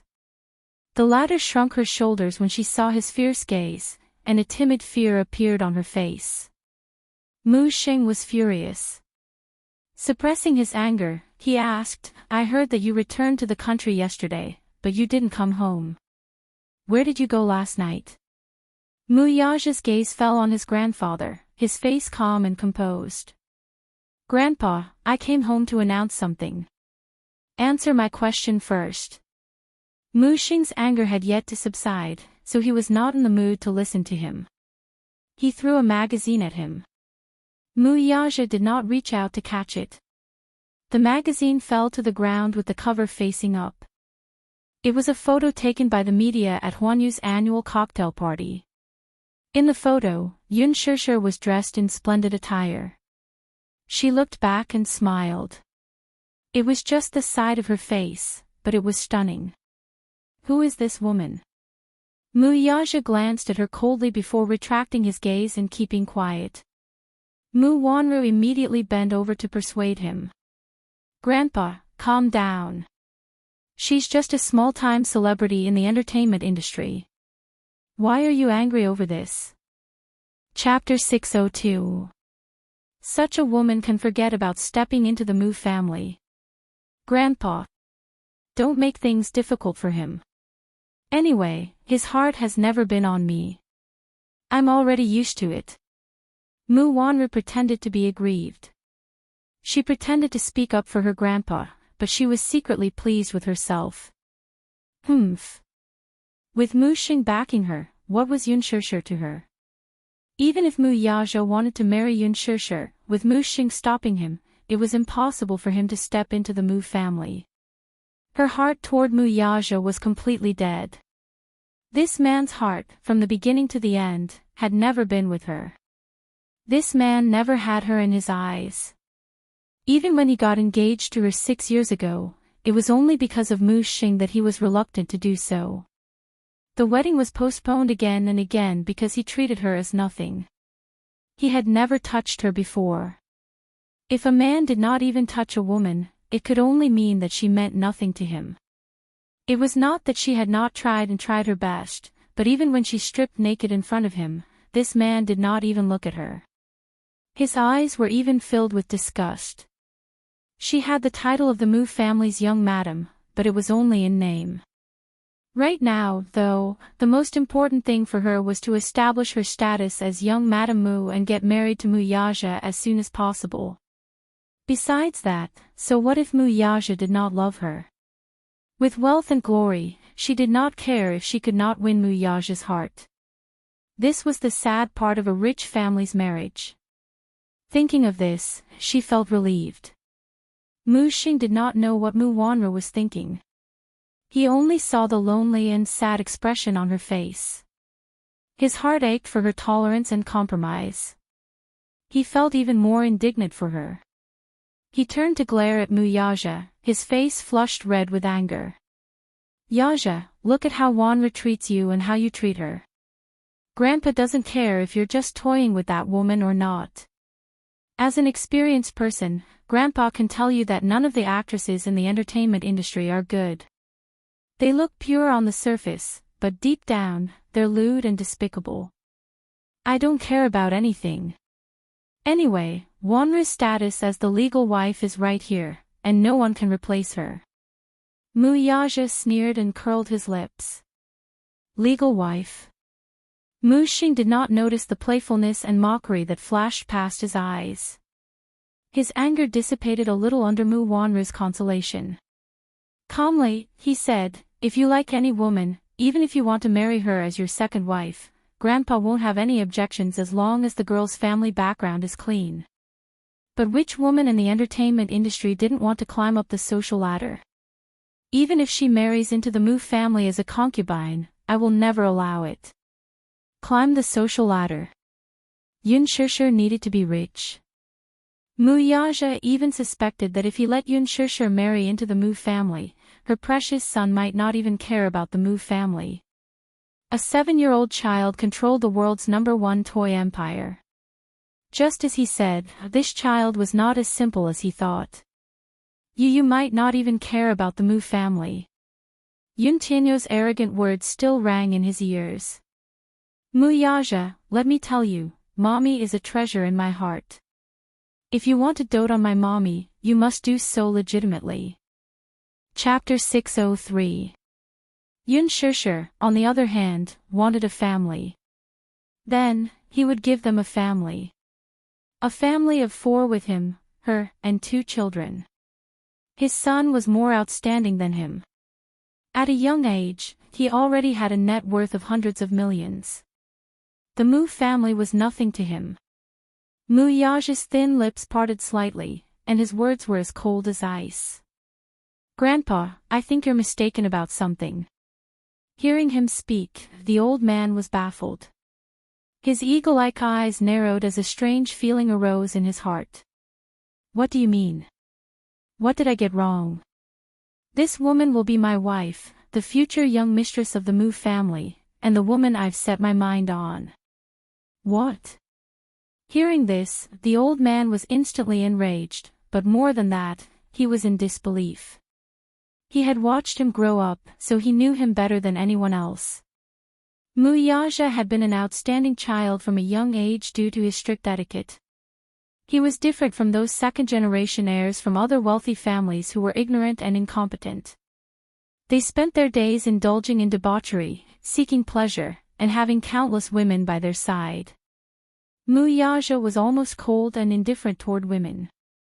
He had once thought that his precious grandson was just playing around with this woman on a whim, that was all.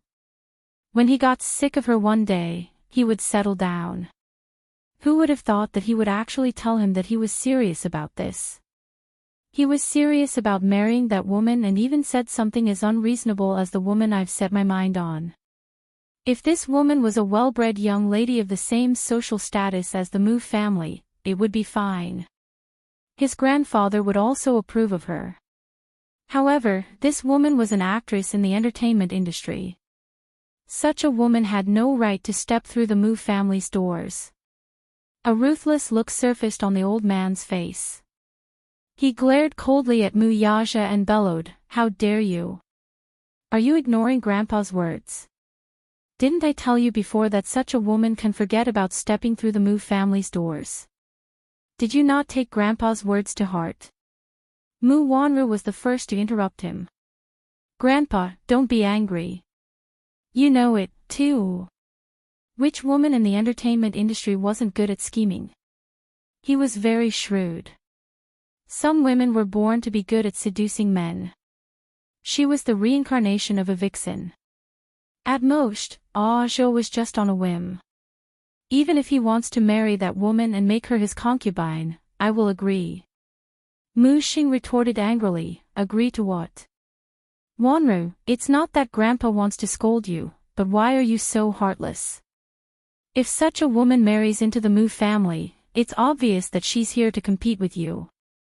You've always been pure and innocent. Do you want Grandpa to watch you scheme against another woman? You don't care about yourself, but Grandpa cares about you.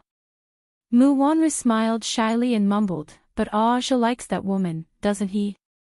There was nothing he could do about it. I also hope that he can dote on me more, but feelings can't be forced. Mu Yaja's handsome eyes narrowed as his gaze landed on Mu Wanru. She was born with an extremely pleasing mouth. Her words were sweeter than honey and could coax the old man into submission. It was no wonder that he doted on her so much, to the point of doting on her to the bone. She usually put in a lot of effort into him. Chapter 604. Just like the other old people, he lacked companionship and protection. He was usually busy with work and rarely came home to accompany him. For some reason, Xiao Yichen was not close to the old man. Hence, the person who spent the most time with him was Mu Wanru. Mu Wanru had spent a lot of effort on him. He arranged for her to be the HR director of Dishing Group and a core member of the board of directors. She could be said to be second only to one person in the Mu group. Even if she was busy with work, she would end her work early and rush back to accompany him. It could be said that he was very dependent on Mu Wanru. Perhaps it was because he missed Mu Wanru so much that he was sick, but he was almost morbidly attached to her. His health was deteriorating day by day, and he had to take a lot of medicine every day. As he got older and was troubled by his illness, his temper flared up. When his illness acted up, he would be unusually irritable, and no one could persuade him. Only when Mu Wanru was by his side, coaxing and lying, would the old man be willing to take the medicine. Mu Wanru's soft and coquettish words were very effective on Grandpa Mu. It was obvious that he was completely under her control. Mu Yaja's eyes darkened, and his lips curled into a cold smile. Hence, when he heard Mu Wanru's pretense of generosity and grievance, he was even more furious. He slammed the table and bellowed, "What do you mean by like? Does this chap know what like is? Is marriage based on like enough? Wanru, don't worry. Even if this chap insists on bringing that woman into the Mu family, as long as Grandpa is around, I won't sit back and do nothing. Grandpa is on your side, I'll definitely stand up for you." Mu Wanru's watery eyes were smiling, but she was helpless. "Grandpa." Sigh. "Grandpa, I have something to announce to you when I'm back." "What's the matter?" Mu Xing grumpily asked. Mu Yaja slowly walked to the sofa and sat down. His body sank slightly into the sofa, and his posture was as leisurely and arrogant as an overlord. His slender legs were elegantly crossed. His handsome eyes were slightly opened, and cold words escaped from his lips. "I want to break off the engagement with Wanru." "What?" Mu Xing's face drained of color when he heard that. He slammed the table and stood up in disbelief. "What did you just say?" "I said it very clearly just now, I want to break off the engagement with her." Mu Yaja seemed to turn a blind eye to his anger, and calmly repeated, "I won't allow it." Mu Xing blurted out without a second thought. The fury on his face was on the verge of eruption. "I don't know what's wrong with you, but you actually want to cancel the engagement. I think you're a bastard." Mu Yaja sneered, "Grandfather, since you like her so much, why don't you take her as your concubine?" Hearing that, the old man flew into a rage and nearly had a stroke. "Shut up. That's ridiculous." Mu Yaja's lips curled into a smile. In the past, he would have stopped talking at this point. He had never once disobeyed his grandfather's words. However, it was different today.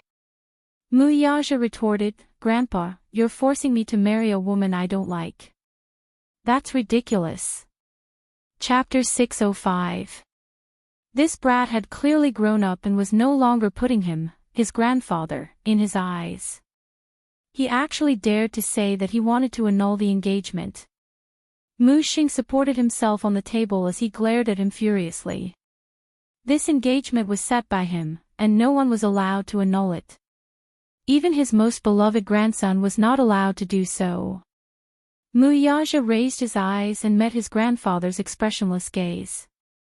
Seeing how protective he was of Mu Wanru and how furious he was at the mention of annulling the engagement, he was even more certain that Grandpa Mu's feelings for Mu Wanru were not purely the concern of an elder toward a junior.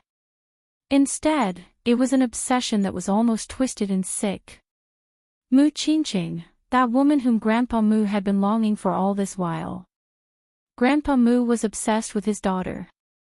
Not only did he keep the jade pendant that Mu Qingqing had left with him, but his bedside was also filled with photos of Mu Qingqing when she was young. Grandpa Mu's longing for his beloved daughter was enough to see. Muyaja did not know what kind of woman Mu Qingqing was. His father, and even Grandpa Mu, were obsessed with her. It was rumored that Mu Lianqing, who was Muyaja's father, also had feelings for Mu Qingqing. As for Mu Qingqing, the capital's #1 singer, he had once pursued her passionately. Alas, Mu Xing cut off all his thoughts about Mu Qingqing. At that time, Mu Lianqing already had a marriage alliance with the capital's Jiang family's daughter. This marriage alliance was of utmost importance to the Mu group. More importantly, Mu Xing was very conservative and had a strong prejudice against singers. Naturally, he did not agree to Mu Lianqing marrying this woman. Mu Lianqing had no choice but to compromise. He proposed a condition, which was for Mu Xing to acknowledge Mu Qingqing as his adopted daughter. Mu Xing agreed to it immediately. Mu Qingqing became the Mu family's adopted daughter as a matter of course. At that time, many wealthy families in the capital coveted Mu Qingqing. Her beauty and talent were undeniable. Initially, Mu Xing did not like Mu Qingqing and did not give her any face. But Mu Qingqing remembered the Mu family's kindness to her. She was grateful to the Mu family. Hence, she served him well in all matters, big or small. Gradually, he developed feelings for her other than kinship. He had fallen in love with this pretty girl from the bottom of his heart. He loved Mu Qingqing to the bone, and a perverted possessiveness grew in his heart. Whenever Mu Qingqing got too close to any man, he would fly into a rage and fly into a rage. Later on, Mu Xing wanted to take Mu Qingqing in as his fourth wife. This decision caused the entire Mu family to be shocked. It also scared Mu Qingqing. She only had filial piety for him and nothing else. Alas, he wished for her to stay by his side and serve him forever. Mu Lianqing was the first to object, and the relationship between the father and son became strained. In the end, they became enemies. Just then, Mu Qingqing stood up and told him that she already had a man in her heart. The two of them were in love and she was already pregnant with his child at that time. Hearing this, Mu Xing flew into a rage and ordered her to abort the child. She refused to comply and left the Mu family that very night, disappearing without a trace. Chapter 606. In fact, that was not the case. The truth he found out was that, in order to find Mu Qingqing, Mu Xing did not hesitate to turn the capital upside down. He sent a large number of men and even mobilized the military to track down Mu Wanru's whereabouts.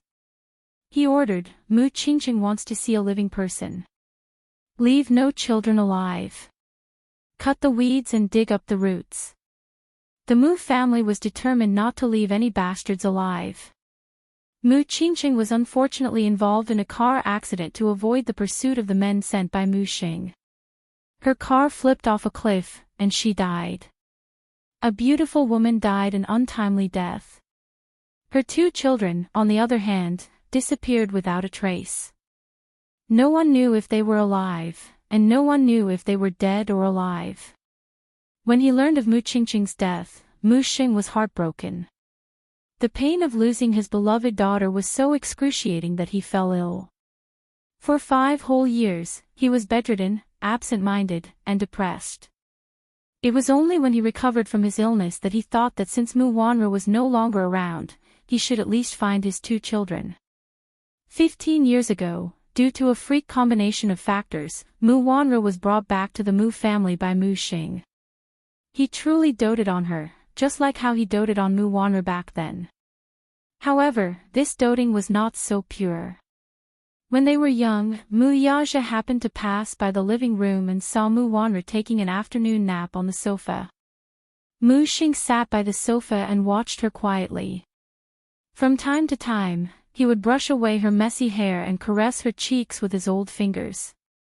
His eyes were fixed on her face. It was as if he could see Mu Qingqing's shadow through Mu Wanru. The love and gentleness on his face revealed a hint of morbid distortion. He lowered his head and kissed Mu Wanru on the lips. Mu Yaja knew in his heart that the reason why Mu Xing arranged this marriage was because his obsession and lovesickness for Mu Wanru was in his bones. At first, he did not care much about his marriage.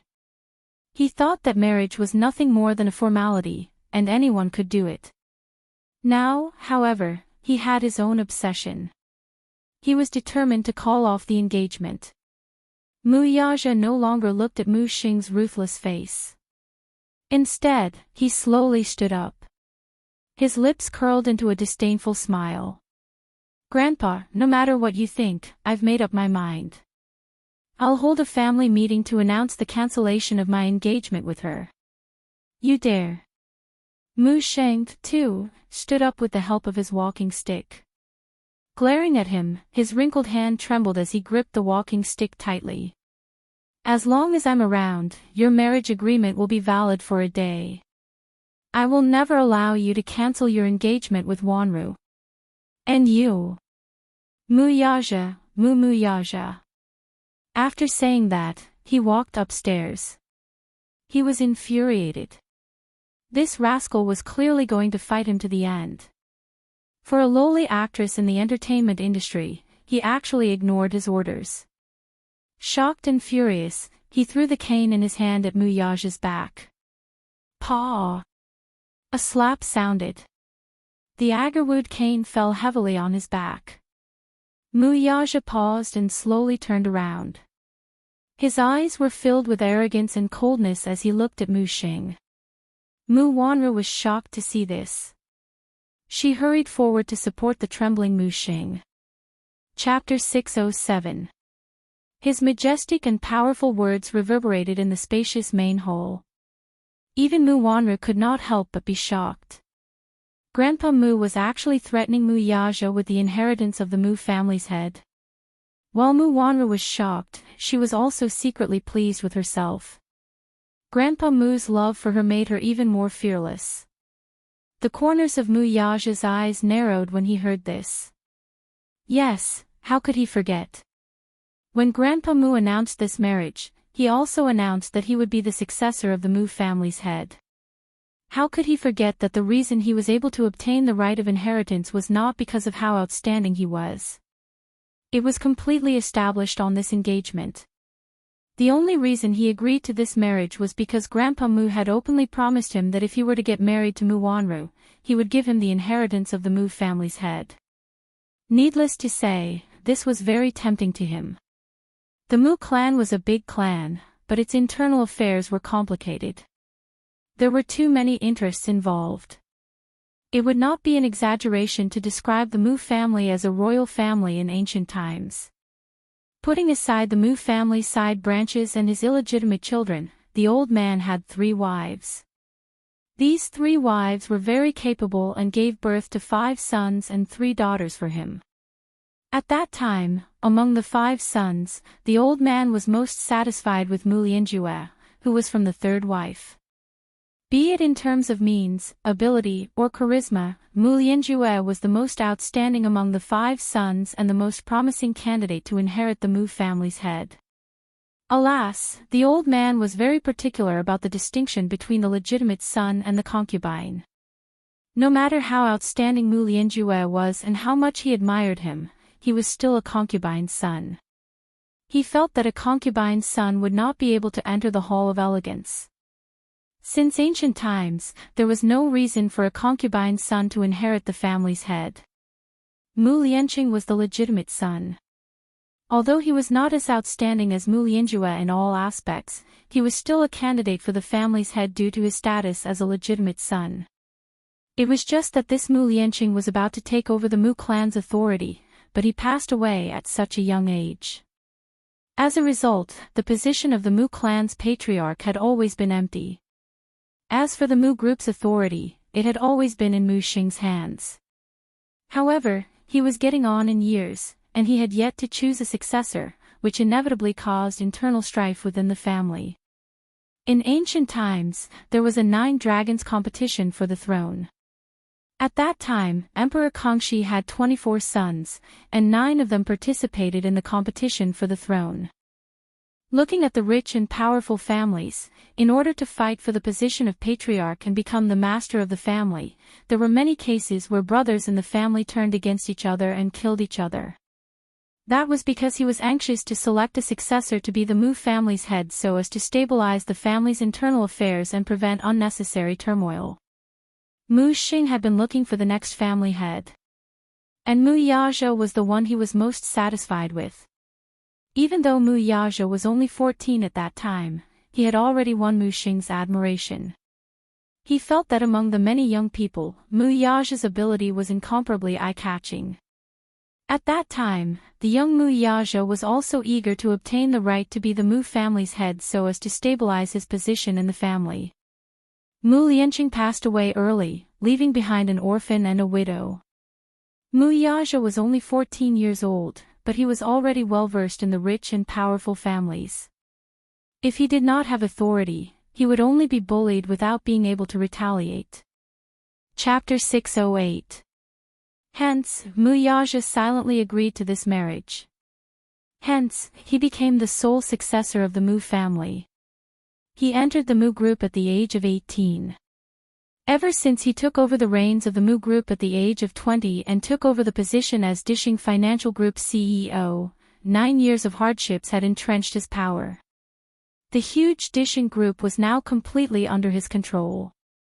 If he were to leave, the huge Mu group would probably collapse overnight.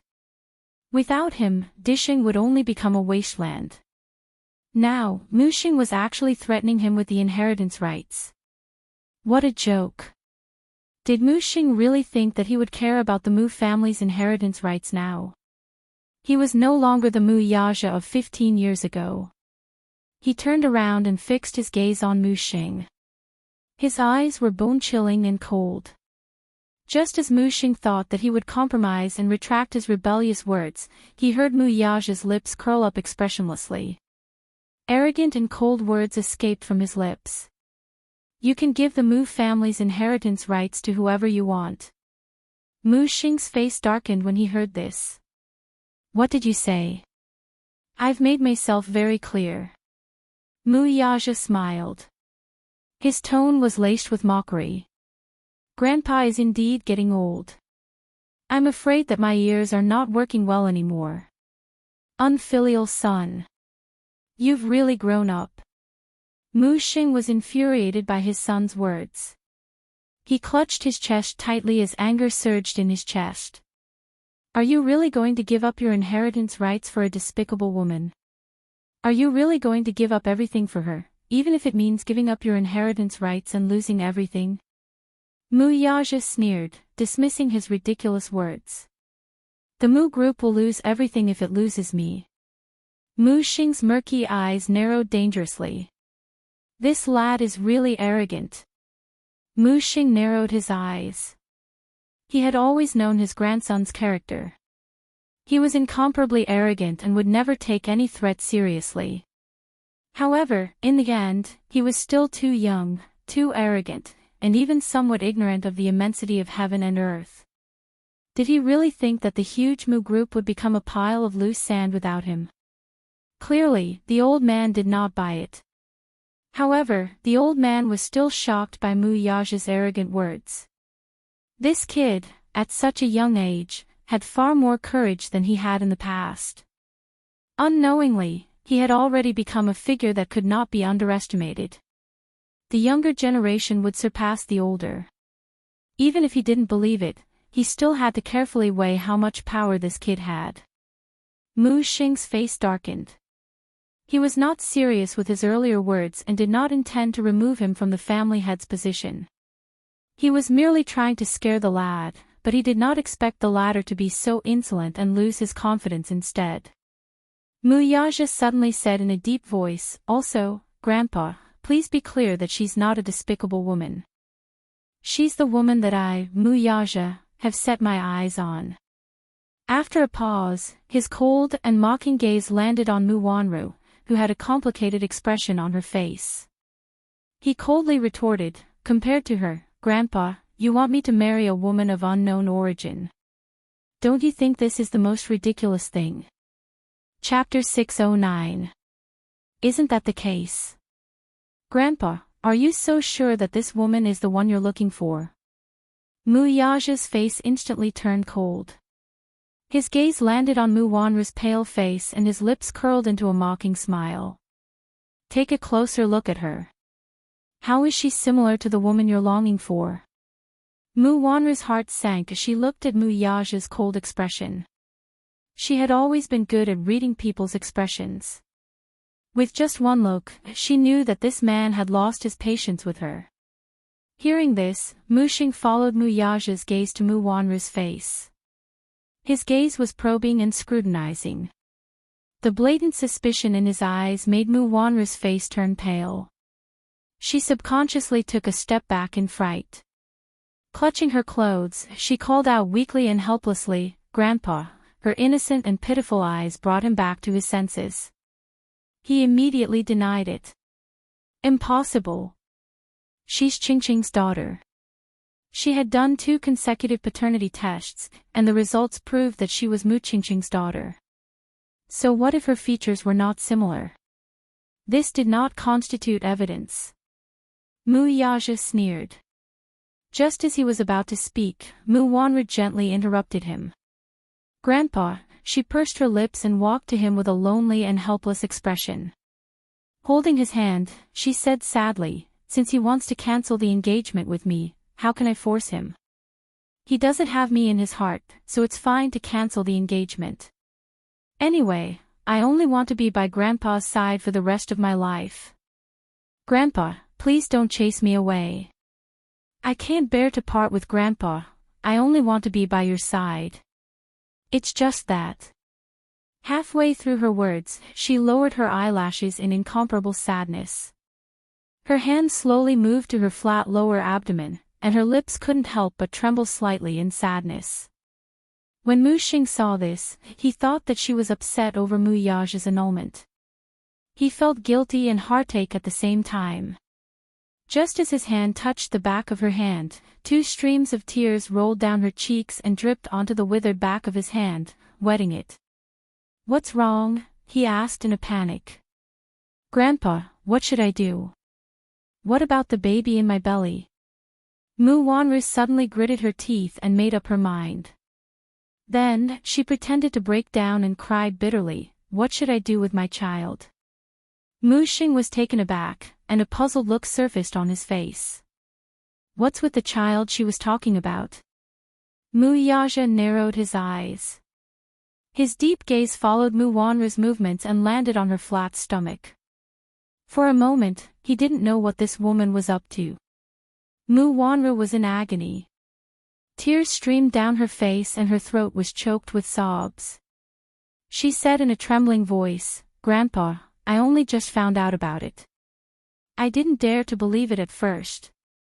But after checking, I found out that I only found out about the good news today. I wanted to tell you today, but..."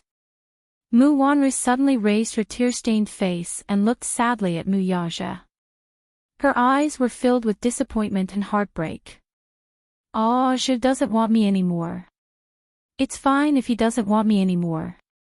But does he not want the child in my belly, too?" With a boom, Mu Xing's mind went blank as if a white light had exploded. She was pregnant. Could it be that she was pregnant with Mu Yaja's child? Mu Yaja's eyes widened at her words, and his face turned cold. Chapter 6:10. Could it be that she was pregnant with Mu Yaja's child? Mu Xing immediately grasped Mu Wanru's wrist tightly as he looked at Mu Yaja in shock and suspicion. Wasn't this child congenitally infertile? Why was she now saying that she was pregnant with his child? Mu Yaja was stunned when he heard this. His eyes widened slightly as his face turned cold. What trick was this woman playing with him? Pregnant? He didn't remember ever laying a finger on her. Hence, he said in disgust, Mu Wanru, don't put on airs. I'm not. She held his hand tightly and clarified, nervously and fearfully. Grandpa, I only found out about it today, too. I originally wanted to tell you all this good news, but I didn't expect it to happen. But Aja said that he wants to call off the engagement with me, so this good news became bad news. But, I'm really pregnant. Mu Yaja finally saw how shameless this woman could be. He suddenly recalled that when he was having sex with that little woman last night, she suddenly lost control and questioned him. You said that I belong to you, so who do you belong to? Mu Wanru. Could it be, when he was not in the country, Mu Wanru came to show off in front of her and claimed that she was pregnant with his child to humiliate her? Obviously, she believed it. Was that why she had blacklisted his number and treated him so coldly, as if he hadn't seen him at all? She even asked him not to touch her out of humiliation. She even despised him for being dirty. Just because she believed Mu Wanru's words. Mu Yaja instantly figured out the ins and outs of the matter, but he still felt a little annoyed. This stupid woman believed everything she heard. Was her trust in him so weak? She really needed to be taught a lesson. However, Mu Yaja did not expect Mu Wanru to jump into the fire pit herself. Or was her bluff just a delaying tactic?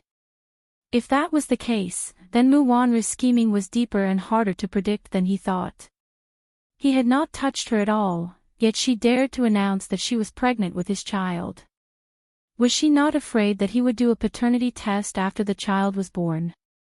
Or, Mu Yaja's handsome eyes widened, and they turned cold in an instant. Or, did she not intend to keep the child at all? On the other hand, Mu Xing's heart ached so much that it was about to bleed when he saw Mu Wanru's weak and helpless look. He immediately comforted her. Don't be anxious. Grandpa believes you. Grandpa believes you. Come and sit down. With that, he coaxed and cajoled Mu Wanru to sit on the sofa beside him. After a moment of shock, his face lit up with joy. What nonsense are you spouting? It's a good thing that you're pregnant. It's a great thing. Don't worry. With that, he patted Mu Wanru's back and turned to face Mu Yaja angrily. How can you say that? Is pregnant with your child. Isn't this great thing? What do you mean by pretentious? What are you talking about? You don't even have the basic responsibility of a man. Outrageous. Mu Yaja frowned slightly and coldly said, Grandpa, I didn't touch her. Even if she's pregnant, it's not my child. Chapter 6:11. This is outrageous. It wasn't easy for you to have a child. This is a good thing, how can you abort it? Mu Xing was furious as he accused him. You unfilial son. Don't you even acknowledge your own child? Wanru has been helping you wholeheartedly, but what about you? You don't even acknowledge your own child. She's pregnant. If the child isn't yours, whose can it be? Mu Wanru had always maintained a virtuous image in front of Mu Xing. Naturally, he believed her words without a doubt. Instead, he thought that this unfilial son of his was irresponsible and did not even acknowledge his own child. But, he's the child's father. Why won't he acknowledge his own child? Mu Wanra looked at Mu Xing sadly. Tears streamed down her face as her voice trembled and choked. Her whole body trembled. Seeing this, Mu Xing's heart ached even more. He immediately pulled her into his arms and comforted her gently. Don't cry, child. You've been wronged. Don't be afraid, Grandpa is here to stand up for you. You just have to focus on recuperating, don't worry about anything else. Grandpa. Mu Wanru threw herself into his arms with a wronged look and cried sadly. Hearing her cries, Mu Xing's heart seemed to be cut with a bloody wound, and it hurt sharply. Mu Yaja raised a brow slightly, his lips pursed and stiff. This woman's acting skills are superb. Those best actresses in the entertainment industry can't even compare to half of her acting skills. If not for his sense of propriety, he would have been deceived by her innocent face and suspected whose child the child in her stomach belonged to. Regarding this, he did not intend to explain further.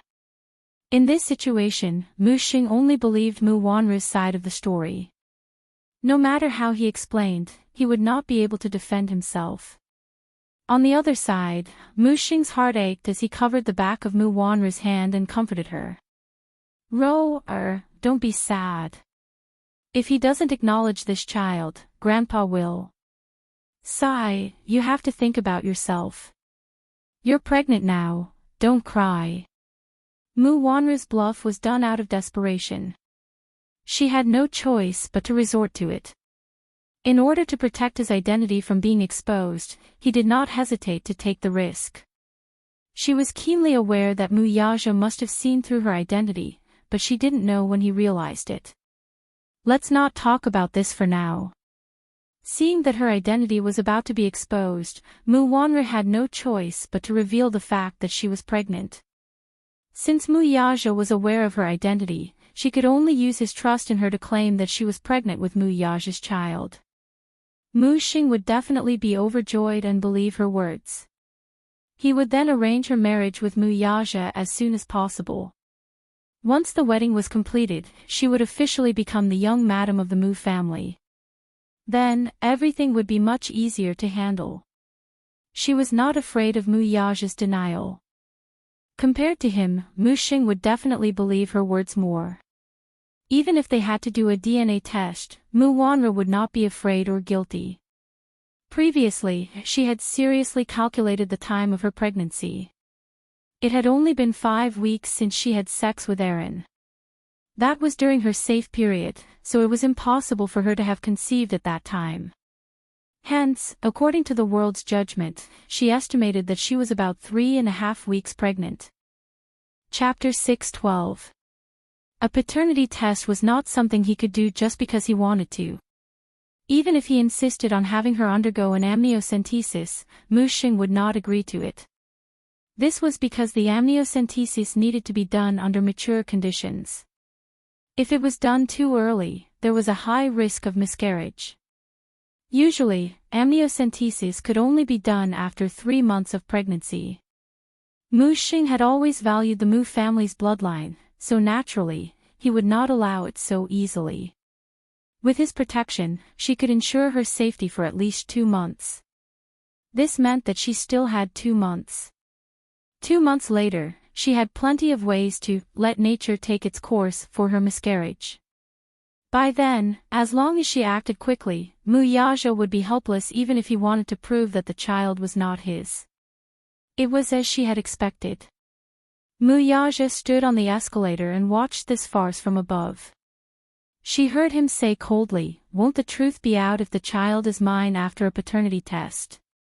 Mu Wanru raised her head and said righteously, "Fine. I'll do it with you. If you want to do a paternity test with me, then I'll do it with you. This way, I can prove my innocence." She met his cold gaze without a trace of guilt or panic on her face. To a certain extent, this was undoubtedly a provocation. Mu Yaja's eyes darkened, but he heard Mu Xing cut her off sternly. No. The third madam had undergone an amniocentesis before, so he knew very well that it was quite dangerous for the fetus and could easily lead to a miscarriage. He slammed the table and stood up, scolding Muyaja, "This is outrageous.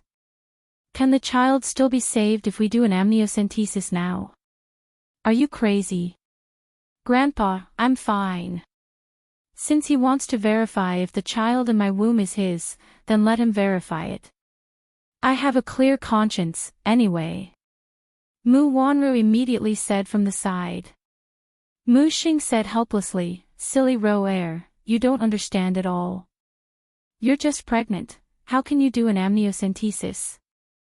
I'm afraid it'll be difficult to keep the child." Mu Wanru pretended to be angry and mumbled, "It's fine if you don't want it. Anyway, he doesn't recognize this child. If the child is born and knows that his biological father doesn't recognize him, he will be very sad. Don't lower yourself to his level. Anyway, Grandpa won't allow you to do it. Just focus on taking care of the fetus and don't worry about the rest," he coaxed at once. Mu Wanru wiped the tears from the corner of her eyes with a square handkerchief. Her head hung low, but at an angle where the old man could not see, her lips curled into a sinister smile. Muyaja did not miss the sinister smirk on her face. The man frowned, but then he thought of something and his thin lips suddenly curled up coldly. He seemed to know who this child belonged to. He had to admit that this woman was very thoughtful. She was meticulous in everything, no matter how big or small. She didn't leave out any clues. Presumably, this was just her stalling tactic. After these 3 months, she would definitely quietly create an accident so that the child in her belly would naturally be aborted, wouldn't she? But this woman was still too naive. He had long expected this. 6 years ago, when they got engaged, Mu Xing urged him to get married as soon as possible. The old man did not want to delay their wedding too much. He wholeheartedly hoped that the two would get married and have children as soon as possible so that the Mu family could flourish. Chapter 613. Alas, Mu Wanru was merely a pawn he used in exchange for the inheritance of the Mu family. He could get engaged to her, and he did not mind getting married to her. Impossible. Hence, he fabricated the news of her being infertile. Everyone believed it to be the truth.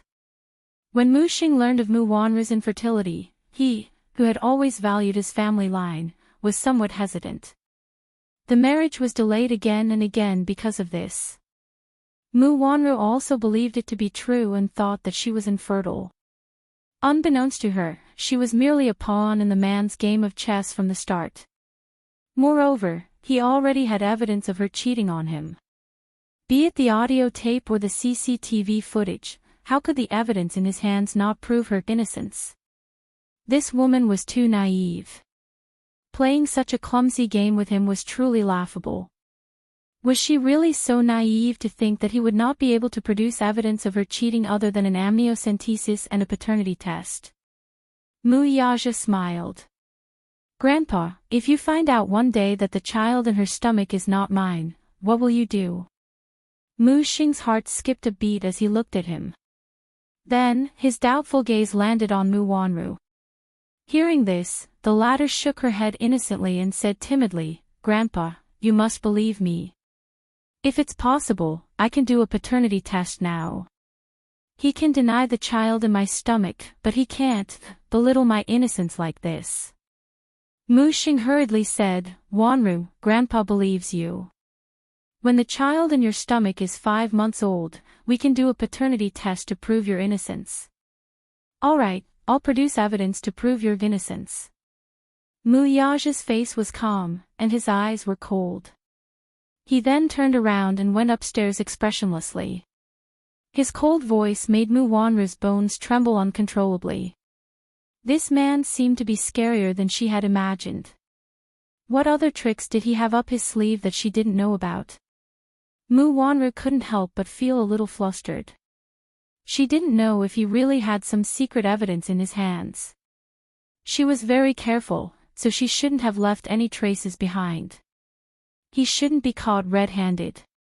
However, Muyaja's eyes flashed with disdain and fierceness, as if he really had something that could be used against her. She couldn't suppress the panic in her heart. She couldn't help but feel that this man must have evidence of her in his hands. Otherwise, he wouldn't be so calm as if victory was within his grasp. Ever since she said that she was pregnant, his face had never revealed a look of surprise. It was as if he had expected this. Could it be that he knew she could get pregnant? Thinking of this possibility, Mu Wanru couldn't help but break out in cold sweat. Regarding her diagnosis of infertility 6 years ago, there were still a lot of doubts. It was very strange.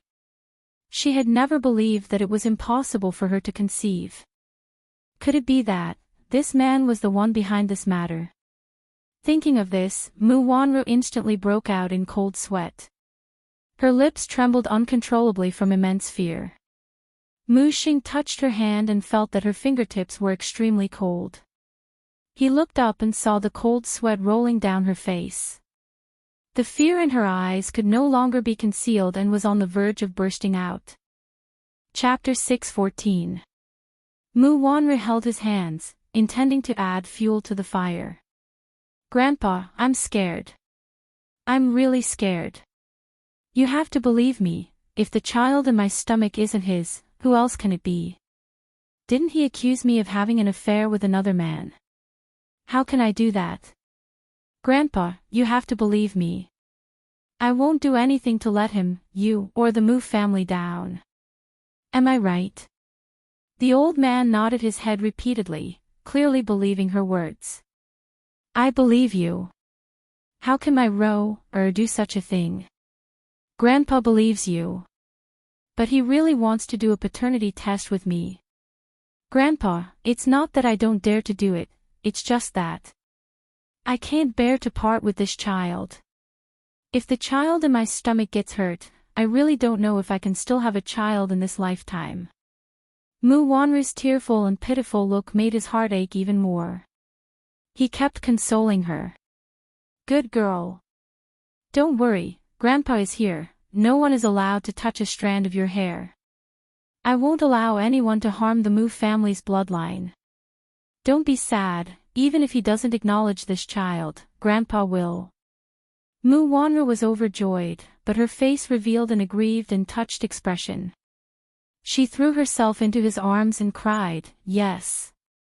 Grandpa loves Ro the most. Nestled in his arms, Mu Wanru could not stop sobbing sadly.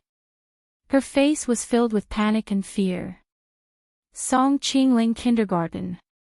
At the school gate, children were being led by the teachers to the school bus hand in hand. Yun Tianyu stood at the school gate and sent a message to Li Hanlin.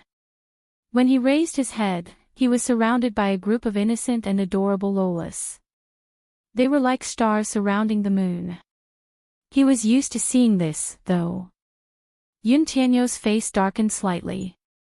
His beautiful, jet-black hair fell softly to his ears, and his pair of eyes were especially bright and beautiful.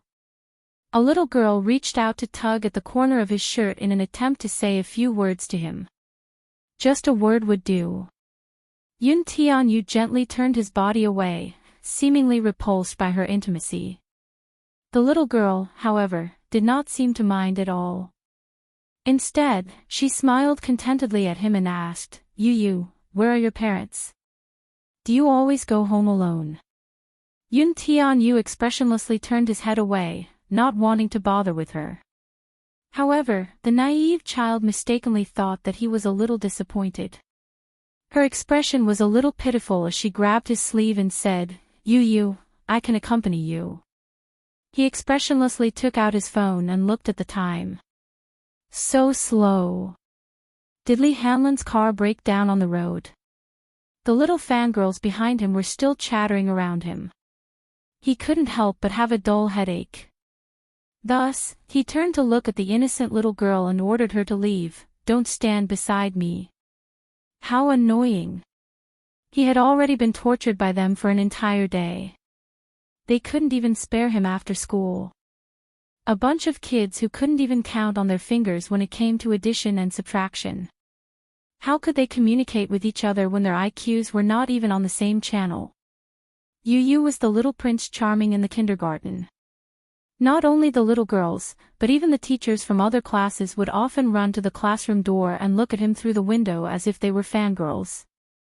Aya, so cute. If I can have such a cute baby, I'll be so happy. Chapter 6:15. TSK, how annoying. It was like a rare animal being watched all day long. It was really annoying. What was it about his mommy saving the universe in her past life? His mommy was the woman he loved the most in the world. Even if his mommy was not a Superman who saved the world in her past life, she was still the one he loved the most. Just as the pitiful little munchkin was being pestered by a bunch of fangirls, a hero finally came to save him on a rainbow cloud. A flashy Bugatti Veyron sports car stopped at the school gate. When Lee Hanlon got out of the car, the cool sports car instantly attracted a round of exclamations from the passers-by. Oh, God! Bugatti Veyron. This is a limited edition sports car, it's very expensive. I've seen it in a magazine. This sports car is worth tens of millions. Oh, God! This is my first time seeing a real car. The flashy luxury car attracted the attention of the passers-by. Many of them took out their phones to take short videos and post them to their friends. Some of them had only seen sports cars in magazines and had never seen Lee Hanlon's limited edition sports car, which cost tens of millions, which was flown over from the supercar kingdom. Yun Tianyo's lips twitched. He was speechless as he looked at the passers-by who were touching the car and posing for selfies from time to time. Spotting the little lad's figure in the crowd, Lee Hanlon immediately walked over to him in a fawning manner. Director Yun, I'm late. He. Yun Tianyu glared at him in displeasure. Just as he was about to flare up, Lee Hanlon, who seemed to know what he was going to say next, hurriedly kowtowed to him and begged for mercy. Please don't deduct my salary. Director Yun, it's really hard to save money for a wife. You, Lee Hanlon blinked his eyes and gave him a flattering smile. Yun Tianyu felt disgusted. Enough. Give me a reason for being late, or else your bonus will be deducted.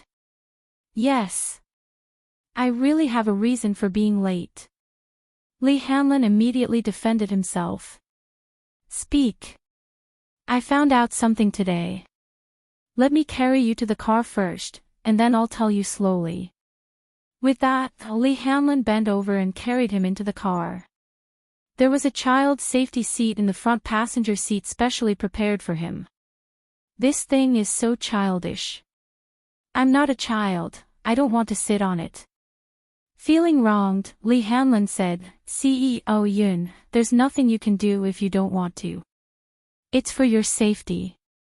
Moreover, the country's law stipulates that children under the age of 8 must sit in the safety seat. Yun Tianyo's face was full of bitterness.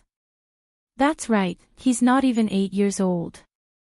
In the car, Lee Hanlon passed a stack of documents to him. Yun Tianyu took the documents and skimmed through them. His brows furrowed slightly. You sent someone to tail Mu Wanru? Yes. We'll be on guard 24/7. You've done well. Yun Tianyu gave him a rare compliment as his lips curled into a smile. You'll get a raise this month. Lee Hanlon immediately cheered, long live President Yun. Yun Tianyu lowered his head and flipped through a few more documents.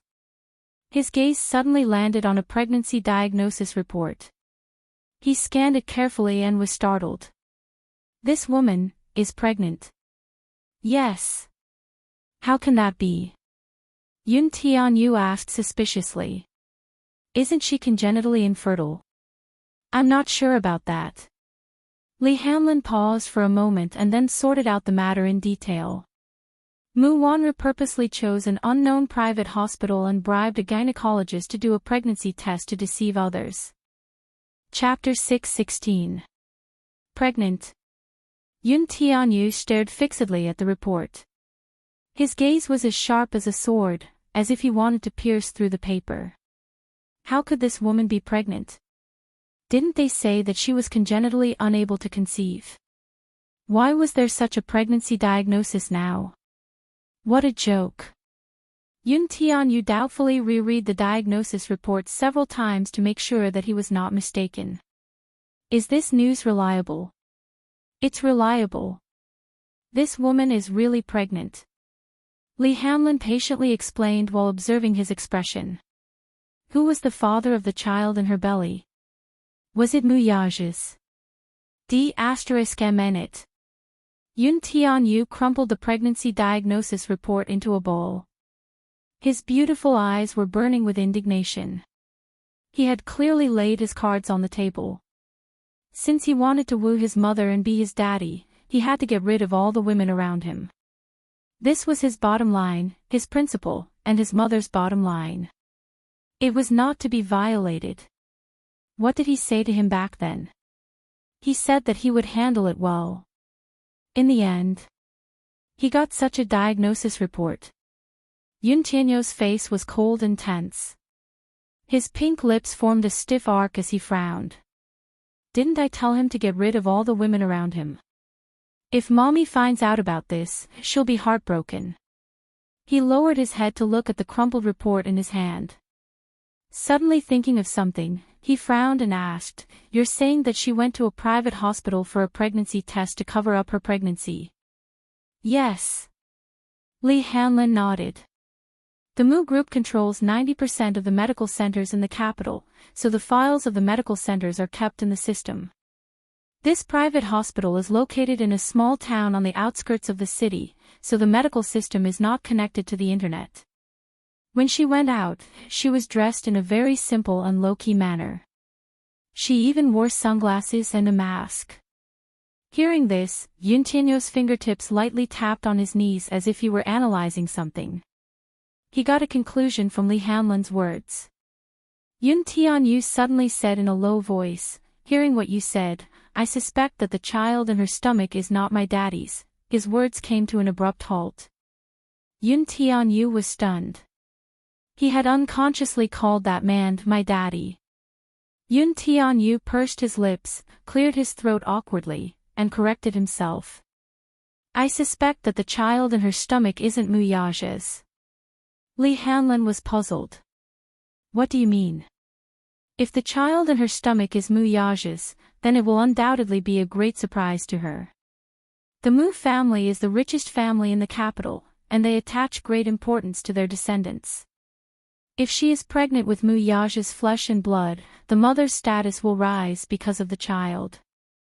With a son and a daughter by her side, her position will be even more stable." Pausing for a moment, he suddenly narrowed his eyes dangerously. "But you said that she deliberately chose a private hospital and even bribed the doctor to secretly do a pregnancy test in order to hide her pregnancy from the public. It was as if her pregnancy was something that couldn't be exposed. Don't you think it's strange?" After his detailed analysis, Lee Hanlon instantly saw through the trick.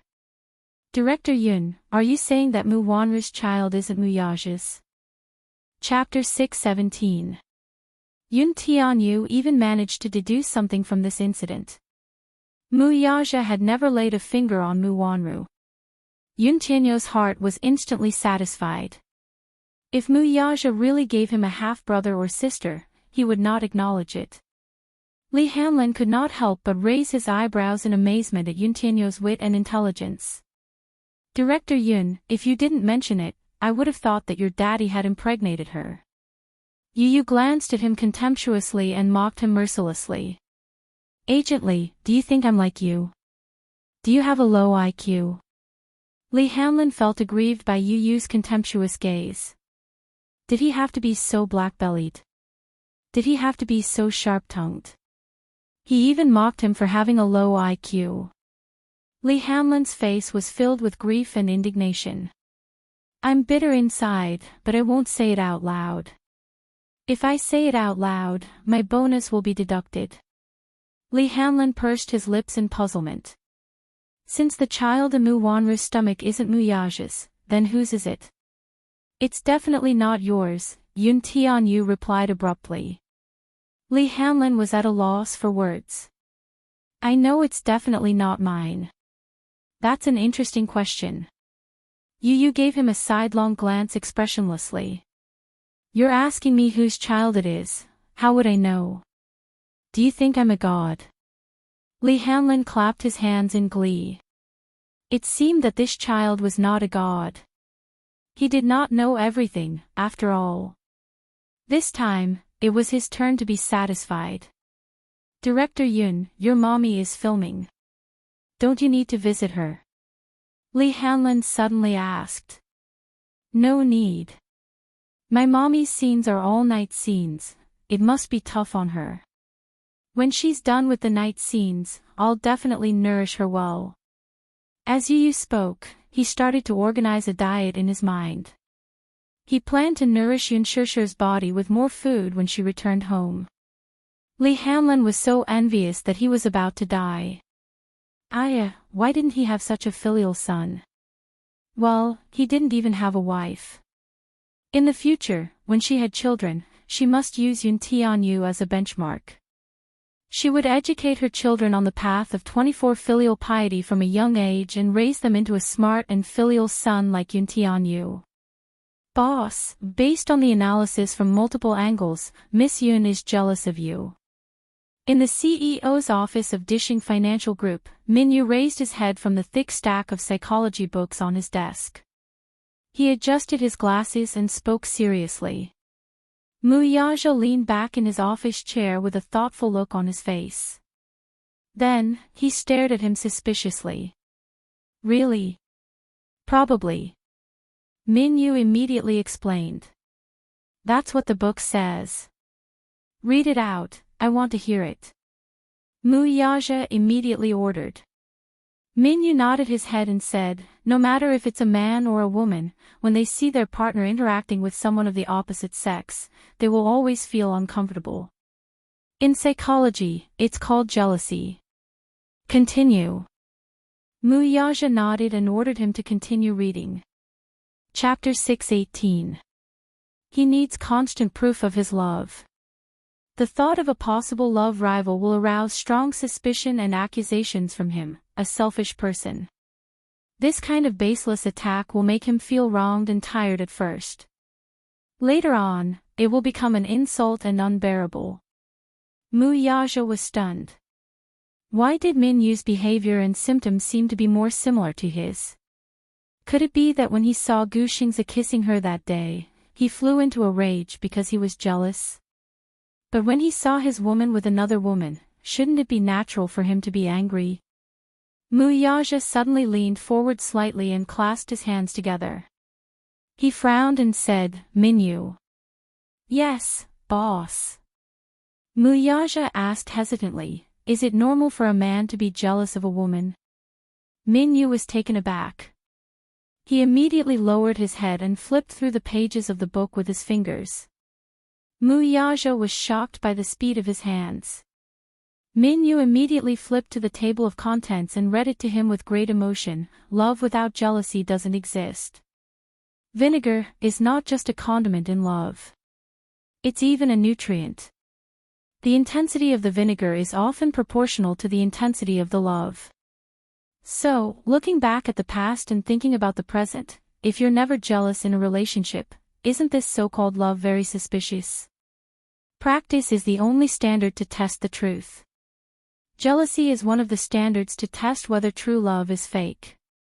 In other words, when a person is jealous of another person, it's because he loves her and cares about her. Mu Yaja organized the paragraph into a sentence of truth. Minyu nodded hesitantly and said, that's roughly what it means. Mu Yaja frowned. He lowered his eyes and seemed to be deep in thought. Suddenly, he raised his eyes and looked at Minyu in confusion. The latter's shoulders trembled as he stared at her. Minyu. Go ahead, boss. Have you ever been in love? No. Minyu was touched on his sore spot. He immediately shook his head pitifully. You've never been in love before. Mu Yaja glanced at him from head to toe with some disdain. He actually hired someone who had never been in a relationship to be his love psychology teacher. Minyu retorted, boss, I haven't even earned enough money to get married. How would I dare to fall in love? Muyaja raised his eyebrows in displeasure and glared at him coldly. He rapped his knuckles on the table. If you want a raise, just say it.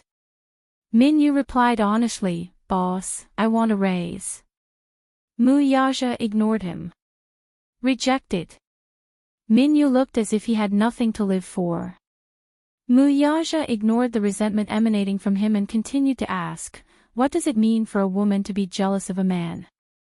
Unwillingly, Minyu lowered his head and flipped through the book. Then, he read it out one by one. When a woman is jealous, she will ignore you. Muyaja nodded. Just a few days after he left the country, this woman had blacklisted his number. Secondly, she will be cold to you. Muyaja nodded again. This woman was really damn cold to him. She gave him the cold shoulder. Could it be that she was jealous of him? Thirdly, she will lose her temper easily. 90% of women will lose their temper. Chapter 6:19. The fourth rule is that you will mock and ridicule without revealing your true feelings. That seemed to be the case. She'll compare herself to that woman. Muyaja rubbed his chin thoughtfully. Yun Shishir's words echoed in his ears again. You said that every part of my body belongs to you. What about you? Who do you belong to? Mu Wanru. She'll appear depressed, accompanied by sad crying, and unable to recover from the setback. Minyu listed out the reactions of women to jealousy one by one. Even if he didn't list all of them, most of them matched. Could it be that the woman had blacklisted him, treated him coldly and alienated him, secretly mocked and ridiculed him, and even compared him to other women? These were all reactions of jealousy. Muyaja naturally put it into the equation, jealousy equals love. Did that mean that this woman was jealous because she liked him? Muyaja couldn't help but smile at this realization. The coldness in his eyes gradually eased, and there was a hint of joy. Minyu raised his head and looked at the excitement and complacency on his boss's face in shock. Under his gaze, Muyaja came back to his senses. However, when he saw Minyu staring at him so blatantly, he immediately stopped smiling, cleared his throat, and glared at Minyu unhappily. Continue reading your book. Minyu immediately calmed down and didn't dare to look at him again. You have to be good at controlling your emotions and respecting the other party's feelings. You have to know that she's not your private property. She's my private property. Muyaja corrected him unhappily. She has the right to be with others, and even to love others. Muyaja immediately interrupted him with a cold look in his eyes. She has no right to be with men other than me, and she has no right to love other men. The strong and dangerous aura emanating from him shocked Minyu so much that he didn't dare to speak for a long time. Minyu. Boss, is this book authentic? Muyaja questioned, how can there be such a ridiculous statement? Yeah. Minyu flipped to the next page and added, it also says that although being jealous is a sign of liking someone, it's still far from true love. If you're jealous, there's only one way out, to use love to get love back. Using love to obtain love. Muyaja couldn't help but fall into deep thought as he leaned back in his chair with an unreadable expression on his face. Do women have a deep obsession with marriage? What do women usually think about marriage? Minyu shook his head blankly, I don't know. He also wanted to answer this question. It was a pity that he didn't even have a girlfriend. Muyaja glared at him. If you don't know, then why aren't you investigating? Minyu immediately took out a book titled The Psychology of Marriage and started reading it silently. It's easy to fall in love, but it's hard to get along with each other.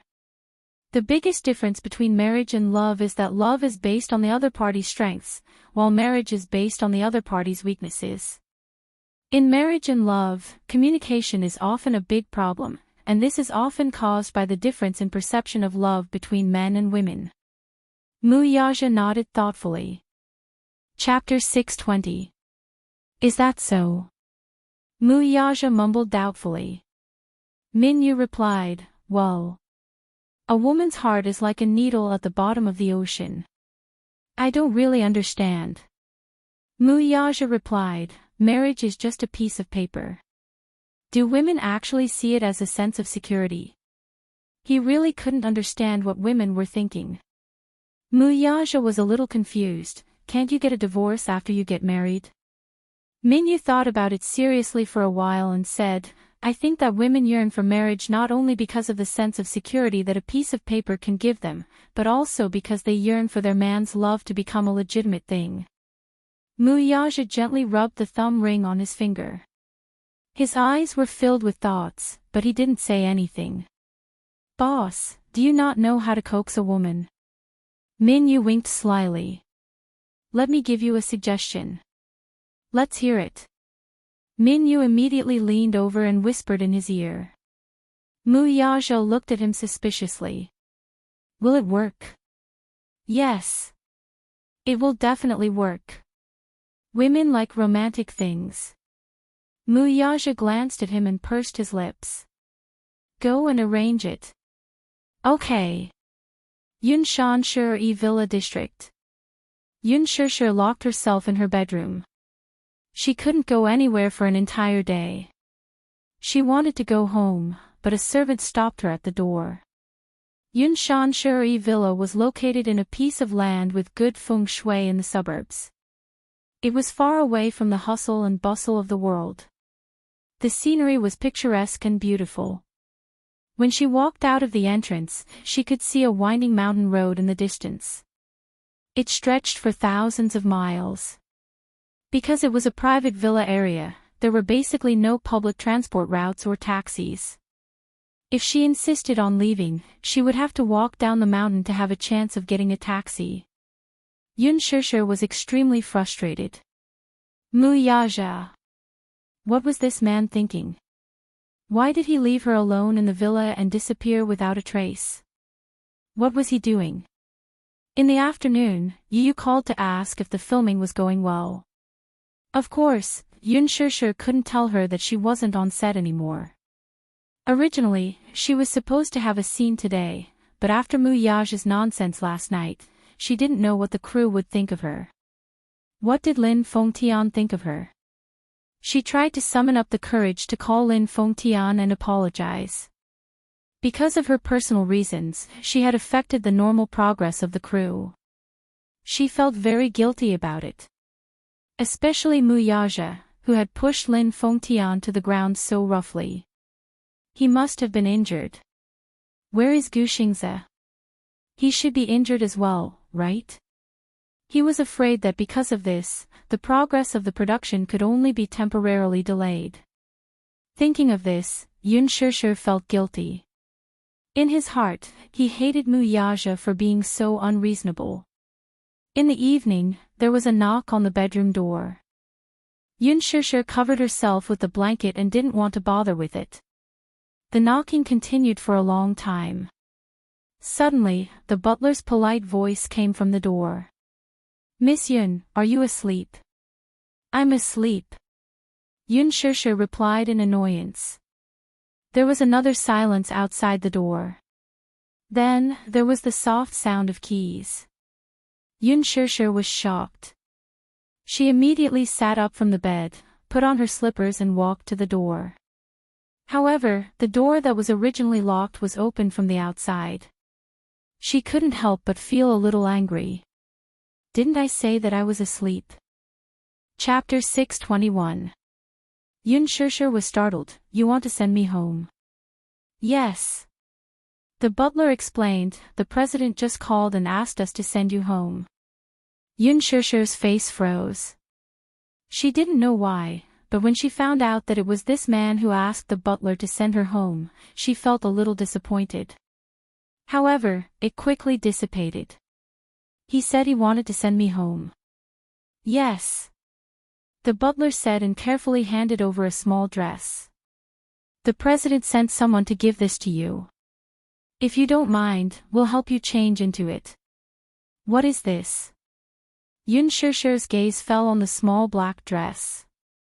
It was a Chanel haute couture dress. It was elegant and beautiful, and one could tell that it was worth a lot. It wasn't for formal banquets, but more like the small dresses worn by socialites in high society. It was simple, but it didn't lose its elegance. She couldn't help but frown. I don't want it. She didn't want to wear the clothes he gave her. When the butler heard this, a panicked look appeared on his face. Miss Yun, this is a little gift from the president. He repeatedly told us to help you change into it, otherwise. Miss Yun, please don't make it difficult for us. Yun Shishir said in a huff, I don't want it. Tell him I don't like it. You don't like this style? The butler asked respectfully. This was a style personally chosen by the president.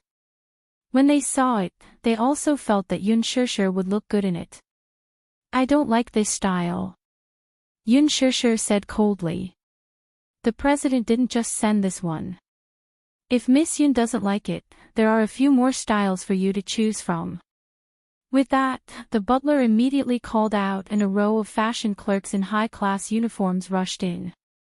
They spread out in front of her, each holding a set of high-class clothes of different styles for her to choose from. Didn't you say you were going to send me home? Why did you make me change into this for a trial? Where's Muyaja? What is he trying to do? Yun Shishir couldn't help but feel annoyed. She didn't know what he was trying to do. Everyone looked at each other and shook their heads in confusion. The president only told us to help you change into the dress and send you to the car. The car is already waiting for you outside. Upon hearing this, Yun Shishir immediately walked to the floor-to-ceiling window and lifted the curtains. When she saw a luxurious limousine parked outside the courtyard, she was momentarily baffled. She really could not fathom the man's intention. However, she turned around and looked at the troubled faces behind her. She suddenly sighed and pointed at the black dress and said, Forget it, I won't make things difficult for you. Just this one, I will change into it myself.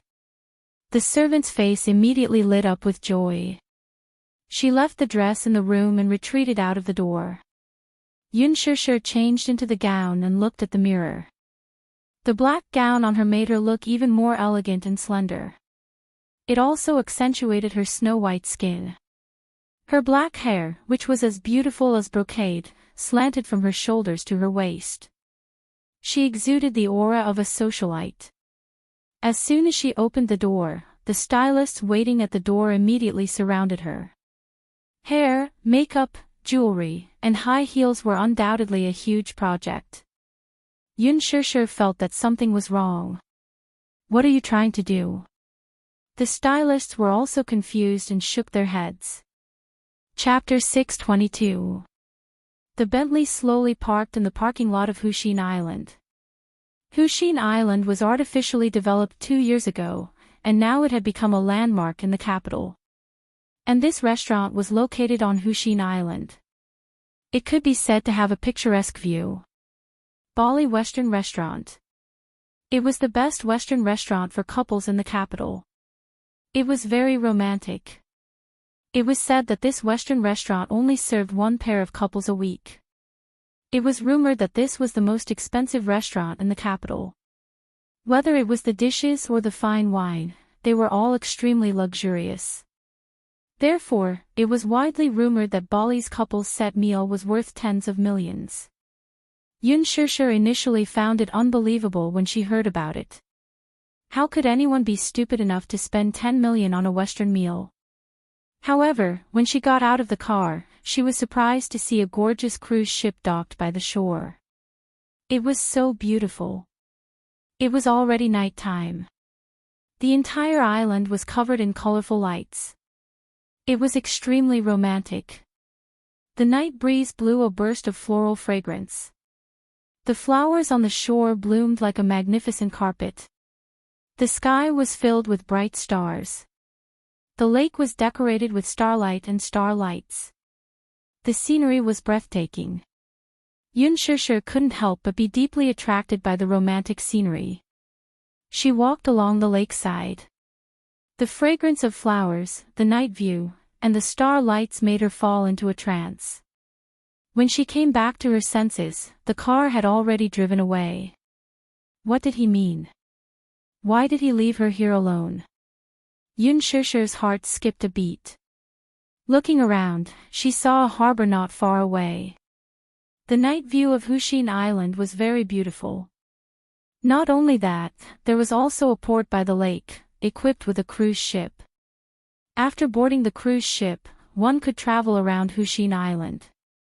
However, the ticket price was not cheap, but it attracted many people. Therefore, there was a long line at the port. Many people were waiting to board the cruise ship to enjoy the beautiful night view. Yun Shusher was obviously confused. She didn't know what Mu Yaja was doing. He let her wear such a gown and left her here alone. She didn't know how to get back to the city from here. She should be able to get a bus here, but she didn't have anything on her. She didn't bring her phone or wallet. He couldn't help but feel a little depressed. Seeing that there were people at the harbor, she thought to ask for directions and see if there was any way to return to the city. Thus, Yun Shusher walked towards the harbor. Just now, she was walking in a hurry and didn't pay attention. When she brushed past a woman, she accidentally knocked the woman's phone to the ground. Yun Shusher was stunned. She quickly apologized and lowered her head to pick up the phone. The woman said impatiently, "TSK. What's wrong with you? Don't you need to watch where you're going? Seriously?" Yun Shusher frowned slightly, but she didn't want to argue with this passerby. She picked up her phone, but when she raised her head to look at the woman, she was slightly stunned. It's her. The woman she bumped into was none other than Song Enya, whom she had bumped into at the hospital that day. How did he meet her here? Yun Shusher froze on the spot, a trace of doubt and surprise appearing on her face. This was too much of a coincidence. Song Enya had originally come to Hushin Island with her friends to take a cruise ship to enjoy the night view around the island. She bought a ticket, but she still had to wait in line, so she decided to go along the lake to enjoy the night view. Chapter 623. She was used to being spoiled, so she was about to flare up when she saw the person looking up. It was Yun Shusher. She was shocked for a moment, and then suspicion appeared on her face. Without a doubt, she recognized the woman in front of her at a glance.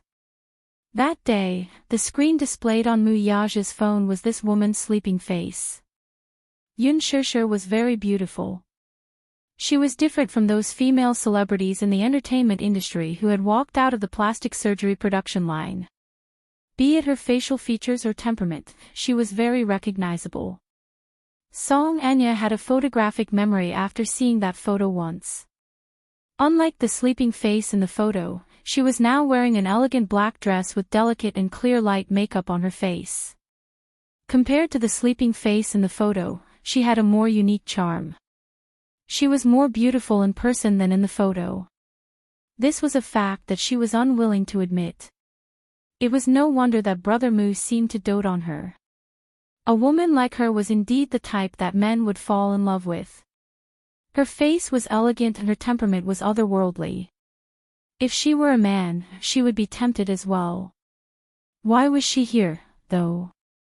Yun Shusher felt a little strange when she saw Song Enya staring at her in shock. Naturally, she did not know that Song Enya had seen her photo on Mu Yaja's phone. She thought that Song Enya was angry at her for bumping into her, so she quickly handed the phone back to her. Sorry, I was careless just now. Take a look and see if the phone is damaged.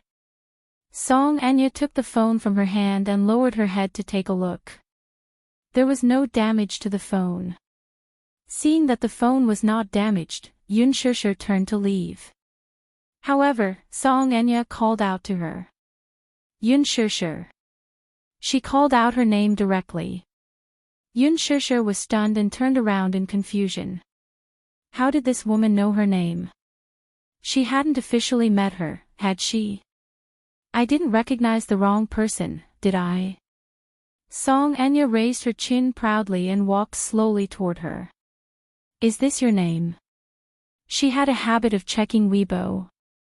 That day, the production team of The Green Apple posted a set photo on Weibo, and it quickly became a trending topic. She clicked on it and saw that it was her. At the same time, she knew her name. Yun Shishir. She remembered that the villa developed by the Mu family was called Yunshan. Was it just a coincidence? Or did Brother Mu purposely name it after this woman? Song Enya followed the Weibo account of the production team of The Green Apple. Ever since the start of filming, Yun Shishir's behind-the-scenes photos had the highest exposure rate. It was obvious that this woman was not ordinary. Yes, Yun Shishir is my name. You are. Yun Shishir looked at her and politely asked for her name. You don't deserve to know my name. Song Enya crossed her arms and retorted haughtily. When Yun Shishir heard this, the polite smile on her face immediately turned cold. This woman was really arrogant. She curled her lips and smiled. It's fine. I don't care anyway. It was as if she really wanted to know. She couldn't be bothered to lower herself to her level. Song Enya choked on her words. Is there anything else? Yun Shishir smiled gracefully. If there's nothing else, I'll leave first. Stop right there. Seeing that she was about to leave, Song Enya gritted her teeth and stomped her feet in jealousy. She chased after her and grabbed her shoulders. Chapter 624. What are you doing? Yun Shishir was furious as well. She shook off her grip abruptly, feeling that the other was being ridiculous. Why was she glaring at her as if she wanted to swallow her whole? Song Enya sneered and retorted, Did I say you could leave? That's strange. Who are you? Why should I listen to you? Yun Shishir was baffled. Are you crazy? Ha! Song Enya was so angry that she laughed. Crossing her arms over her chest, she glared fiercely at her. Yun Shishir, why don't you take a good look at your status? How dare you talk to me like that with your lowly status? Miss, what does my status have to do with you? You're so arrogant that I thought you were a princess from some royal family. Judging from your upbringing, you don't seem to have been educated in etiquette, Yun Shishir retorted mercilessly, leaving Song Enya at a loss for words. She did not expect Yun Shishir to be so sharp-tongued despite her frail and harmless appearance. Song Enya pursed her lips coldly and suddenly took a step closer to her. Her pair of sinister eyes scanned her from head to toe before she laughed. I think you're just a so-so. At most, you're a little more seductive on the surface. I'm afraid you're really cheap deep down. Who do you think you are? Do you think you're a socialite from the upper class just because you're wearing a gown? Dream on. A commoner will always be a commoner. Don't even think about marrying into the rich. Yun Shishir was stunned. She was confused by the other's sarcasm. She did not know how she had offended this missy for her to be so hurtful. Song Enya continued, In this day and age, you're so righteous about being a third party in someone else's marriage. You've really opened my eyes. I don't know what you're talking about. You do. Song Enya grabbed her wrist and spat viciously. *tch, you like to seduce men, don't you? You clearly know that Brother Mu has a fiancé, yet you're still shamelessly sticking to him. Don't you have any shame? What did you say? Yun Shishir angrily shook off her hand, but she stopped abruptly in the middle of her sentence. Belatedly, he realized who the Brother Mu she was talking about was. He also understood the hidden meaning behind her words. Mu Yaja, how could she have forgotten that this woman was Mu Yaja's cousin? But how did she know about him? Could it be that Mu Yaja mentioned it to her? What did he say to her? Yun Shishir's expression was a little ugly. Let me give you a piece of advice. As a woman, it's best to be thick-skinned.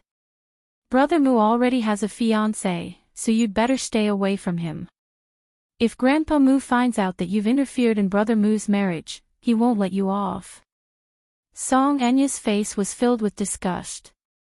The contempt in her eyes was so scorching that it could burn her skin.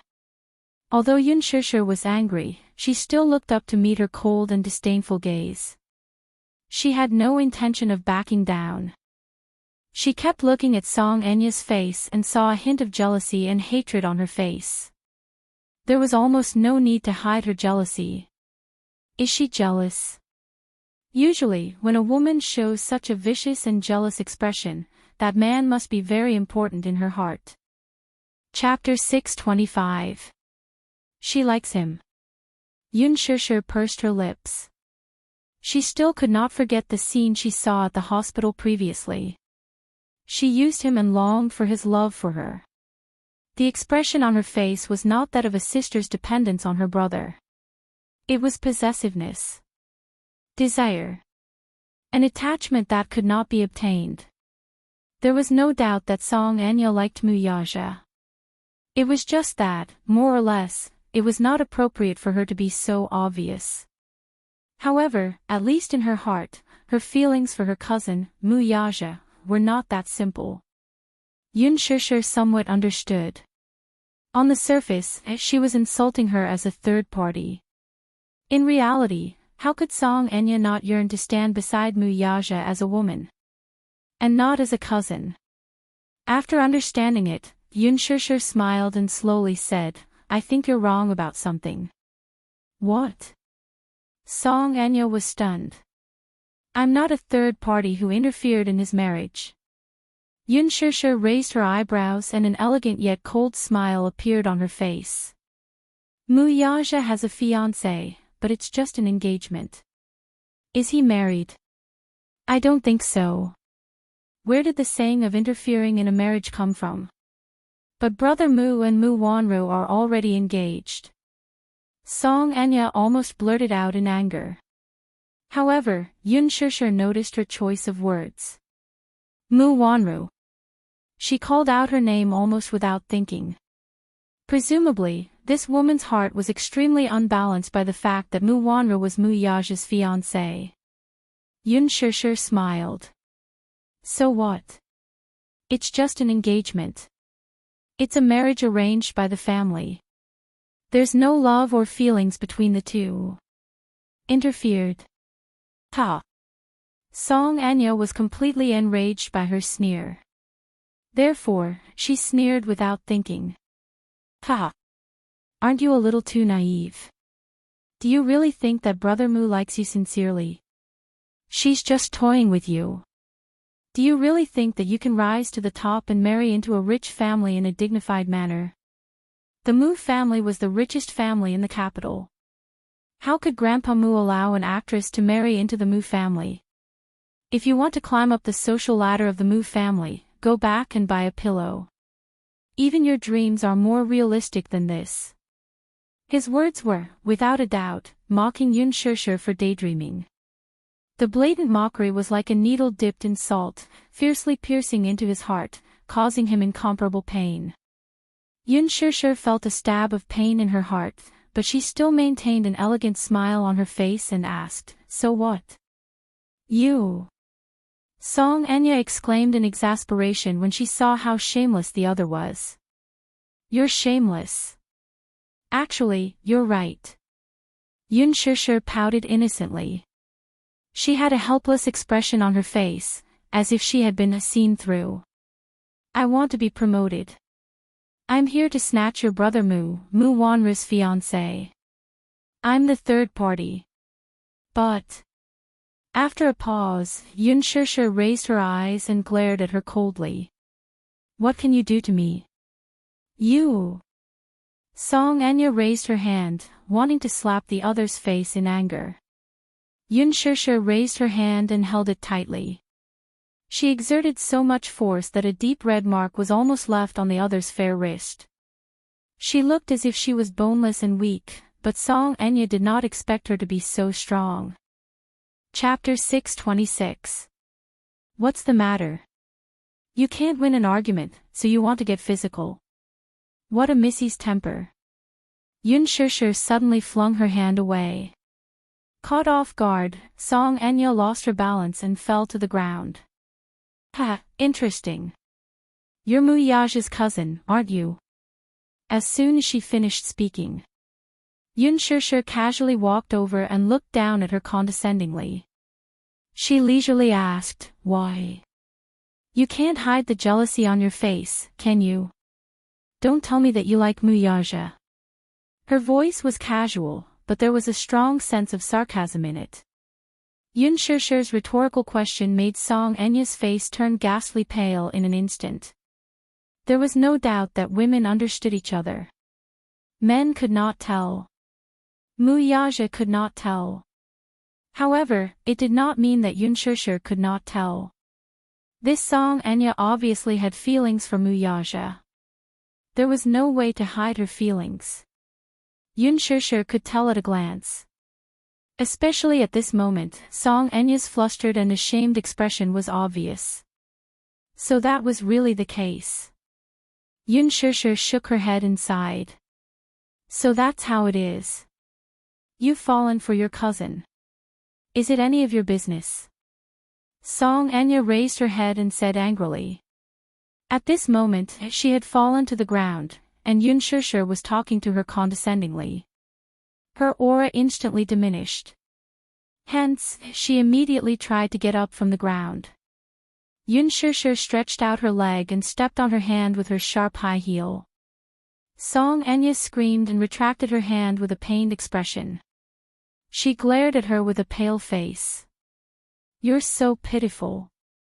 Yun Shishir mocked expressionlessly, one cousin, the other cousin. Close relatives.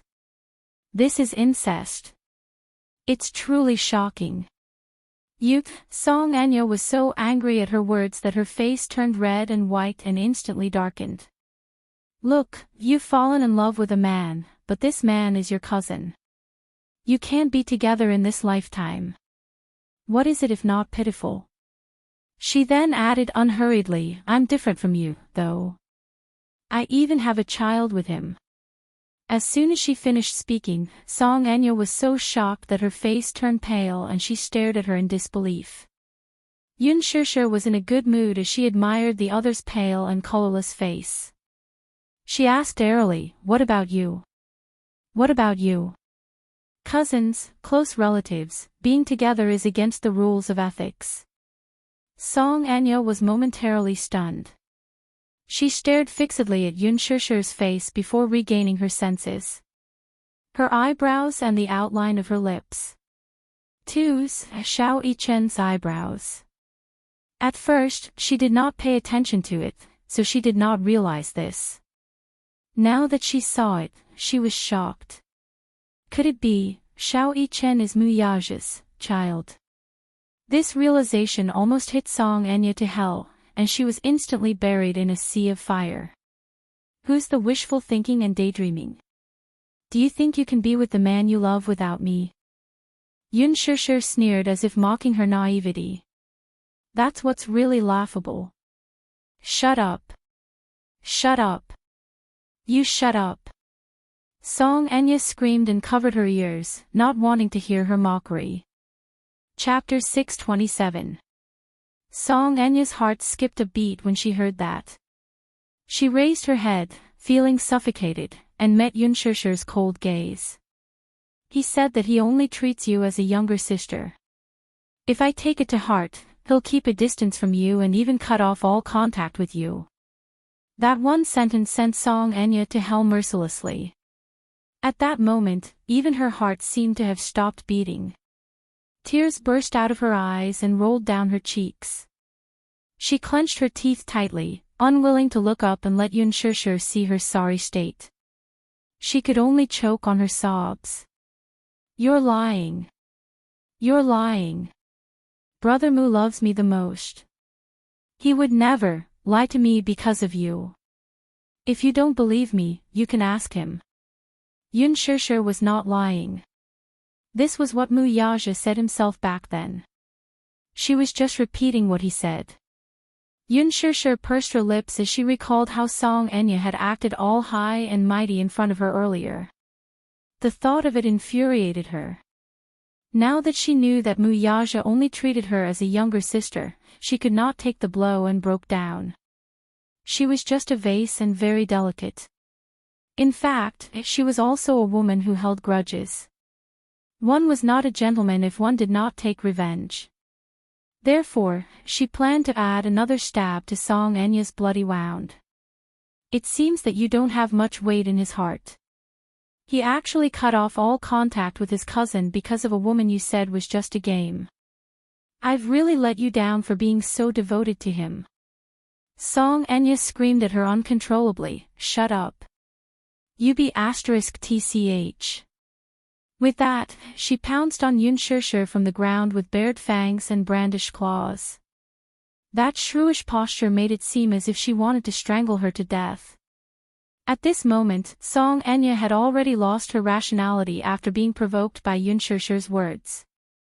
All she wanted was to teach this be *tch a lesson. Yun Shirshir, however, did not even bother to look at her. With a slight movement of her body, she hooked Song Enya with the tip of her foot. In her fury, the Missy did not see the tripper clearly and tripped unsuspectingly, falling face first into the mud. The cement floor was filled with jagged gravel. Song Enya, who was wearing a short skirt, scraped the skin on her knees from the fall, causing numerous bloody spots to appear on them. Her palms were also scraped, and streaks of blood seeped out. She was in a sorry state.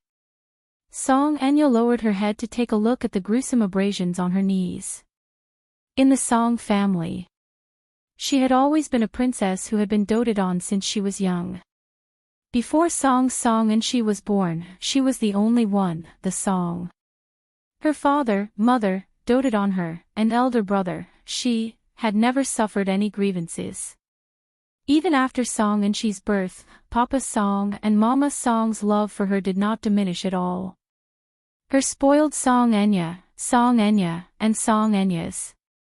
Being pampered like this, Song Enya was really spoiled like a princess. Her body was as flawless as white jade. She had always been vain and would not let herself get hurt. Now, when she lowered her head and saw the terrible injuries on her knees, she glared at Yun Shirshir and screamed, Yun Shirshir. You be *tch, shameless. Tears rolled down and wet her face. Song Enya's meticulously applied makeup was ruined by her tears. Chapter 628. In short, she was scheming and elegant. Song Enya was momentarily stunned when she heard that. Her eyes widened as she sized up the woman before her in disbelief. Her heart skipped a beat, and she gritted her teeth hard. You be *tch, smack. Yun Shirshir raised her hand and gave her a tight slap. Song Enya's face was slapped to the side. Her eyes widened in disbelief as she held her stinging cheek in disbelief. She had been slapped by someone. Yun Shirshir looked down at her coldly and sneered. Didn't your parents teach you any manners? Yun Shirshir, how dare you hit me? Song Enya was so angry that her eyes turned red. Smack! Yun Shirshir smiled and gave her another slap. This time, Song Enya was completely stunned. I'll let you see if I dare to hit you or not. Yun Shirshir straightened her clothes expressionlessly. Song Enya was about to flare up when she saw her elegantly turn around and leave. Yun Shirshir. Stop right there. Song Enya gritted her teeth and got up from the ground to chase after her.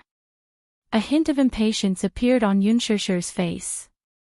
This Song Enya really doesn't know pain until she suffers. While the two were arguing, a waiter, who had been waiting at the port for a long time, saw the scene and locked his gaze on Yun Shirshir.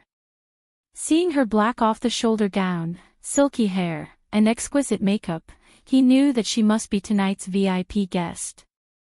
Hence, he hurried forward and interrupted Song Enya's unreasonable tantrum.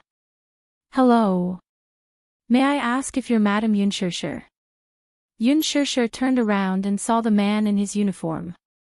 He looked dignified and polite, so she smiled at him. Hello, I am. May I know who you are? Madam Yun, I'm the manager of Bali Restaurant.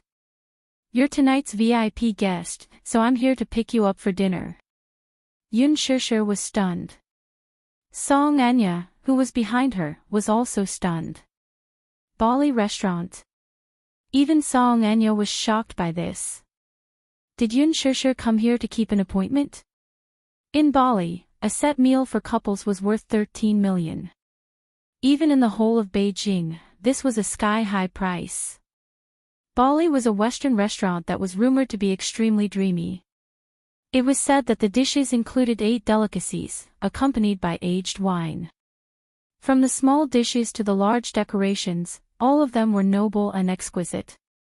It was said that before the meal, they would take a 30-minute helicopter ride overlooking the beautiful scenery of Hushin Island. During the meal, they would also receive 10,000 roses. Just this alone was enough to make many women scramble for him. Being able to go on a date in Bali had become a symbol of supremacy. Who exactly was Yun Shishir meeting? Her heart skipped a beat. Could it be Brother Mu? Yun Shishir was also a little surprised. However, she had already guessed who had arranged all of this. She cast a sidelong glance at Song Anya from the corner of her eye before turning to the senior waiter with a polite smile. All right, I'll follow you. Wait. Song Anya called out to her with a livid face. Are you on a date with Brother Mu? Yun Shishir turned around and looked at her expressionlessly. Date? Would Mu Yaja go on a date with her?